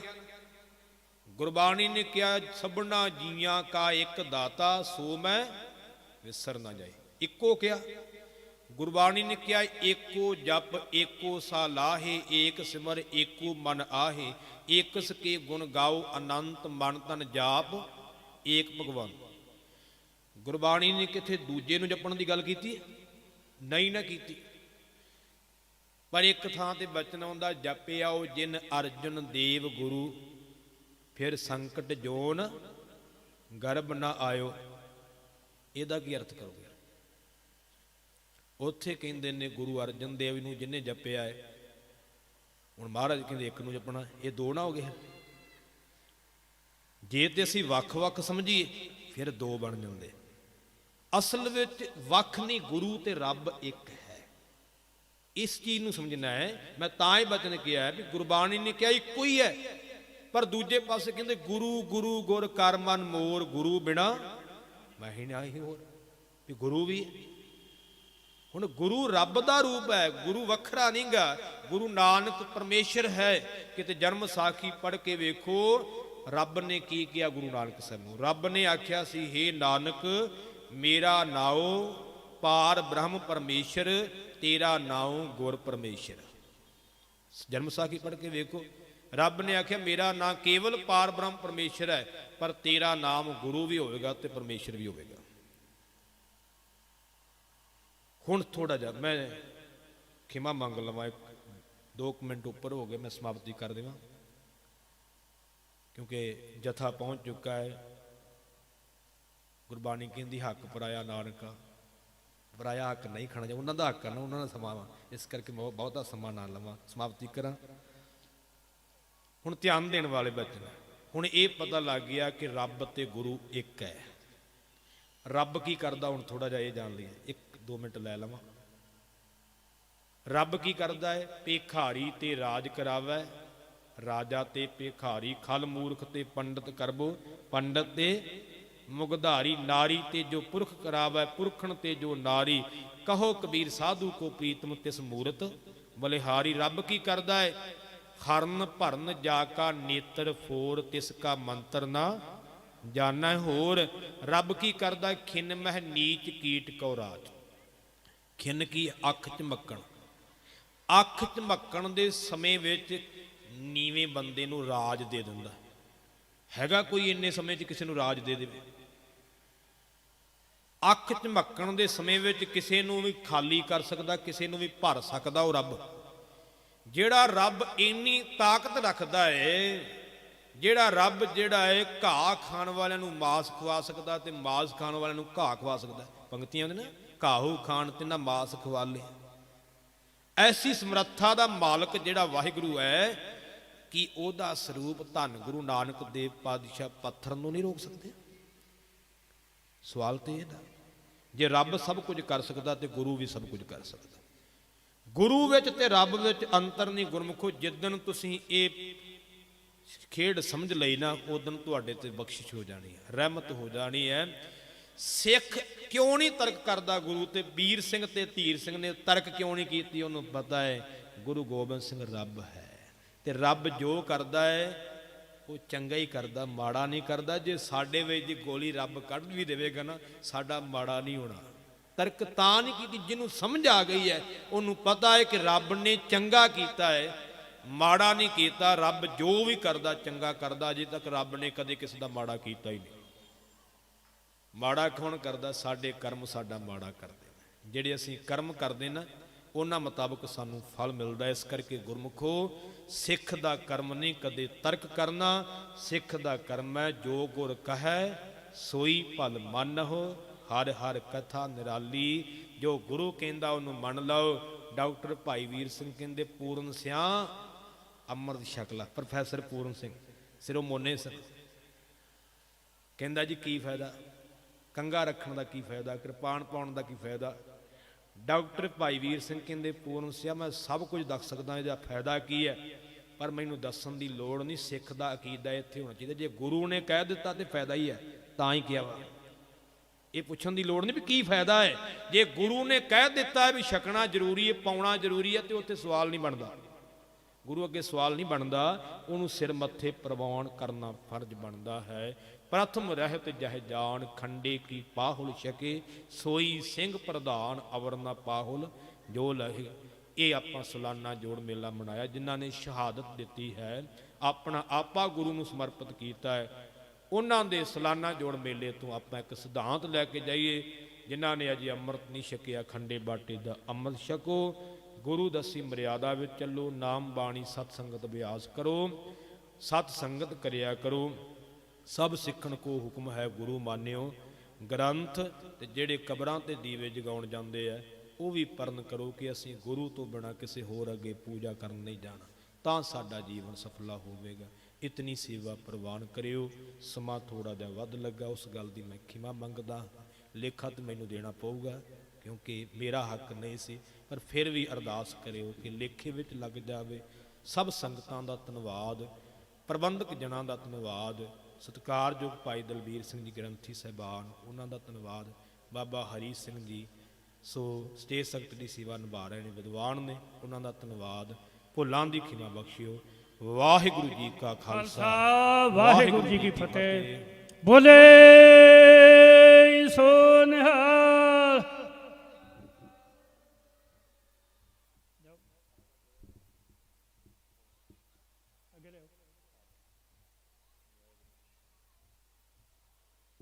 ਬਹੁਤ ਬਹੁਤ ਧੰਨਵਾਦ ਸਿੰਘ ਸਾਹਿਬ ਯਾਨੀ ਦਿਲਬਾਗ ਸਿੰਘ ਜੀ ਦਾ, ਜਿਨ੍ਹਾਂ ਨੇ ਕੁਝੇ ਚ ਸਮੁੰਦਰ ਪਾਰ ਵਾਲੀ ਗੱਲ ਕੀਤੀ ਆ। ਸਾਰੀਆਂ ਗੱਲਾਂ ਬੜੇ ਪ੍ਰੇਮ ਦੇ ਨਾਲ ਸਮਝਣ ਵਾਲੀਆਂ ਵਿਸਤਾਰ ਨਾਲ ਸੁਣਾਈਆਂ ਨੇ। ਸਤਿਗੁਰੂ ਗੁਰੂ ਗ੍ਰੰਥ ਸਾਹਿਬ ਸੱਚੇ ਪਾਤਸ਼ਾਹ ਜੀ ਮਹਾਰਾਜ ਇਹਨਾਂ ਨੂੰ ਹੋਰ ਵਿਦਿਆ ਦਾ ਦਾਨ ਬਖਸ਼ੇ, ਕੌਮ ਦੀ ਸੇਵਾ ਕਰਨ ਦਾ ਬਲ ਬਖਸ਼ੇ। ਤੇ ਜਿਹੜੇ ਇਹਨਾਂ ਬਚਨ ਕਹੇ ਆ ਉਹ ਸਤਿਗੁਰੂ ਸੱਚੇ ਪਾਤਸ਼ਾਹ ਸਾਡੇ ਹਿਰਦੇ 'ਚ ਵਸਾਵੇ ਤੇ ਅਸੀਂ ਵੀ ਇਸ ਪਾਸੇ ਲੱਗੀਏ। ਬਹੁਤ ਬਹੁਤ ਧੰਨਵਾਦ। ਆਓ ਹੁਣ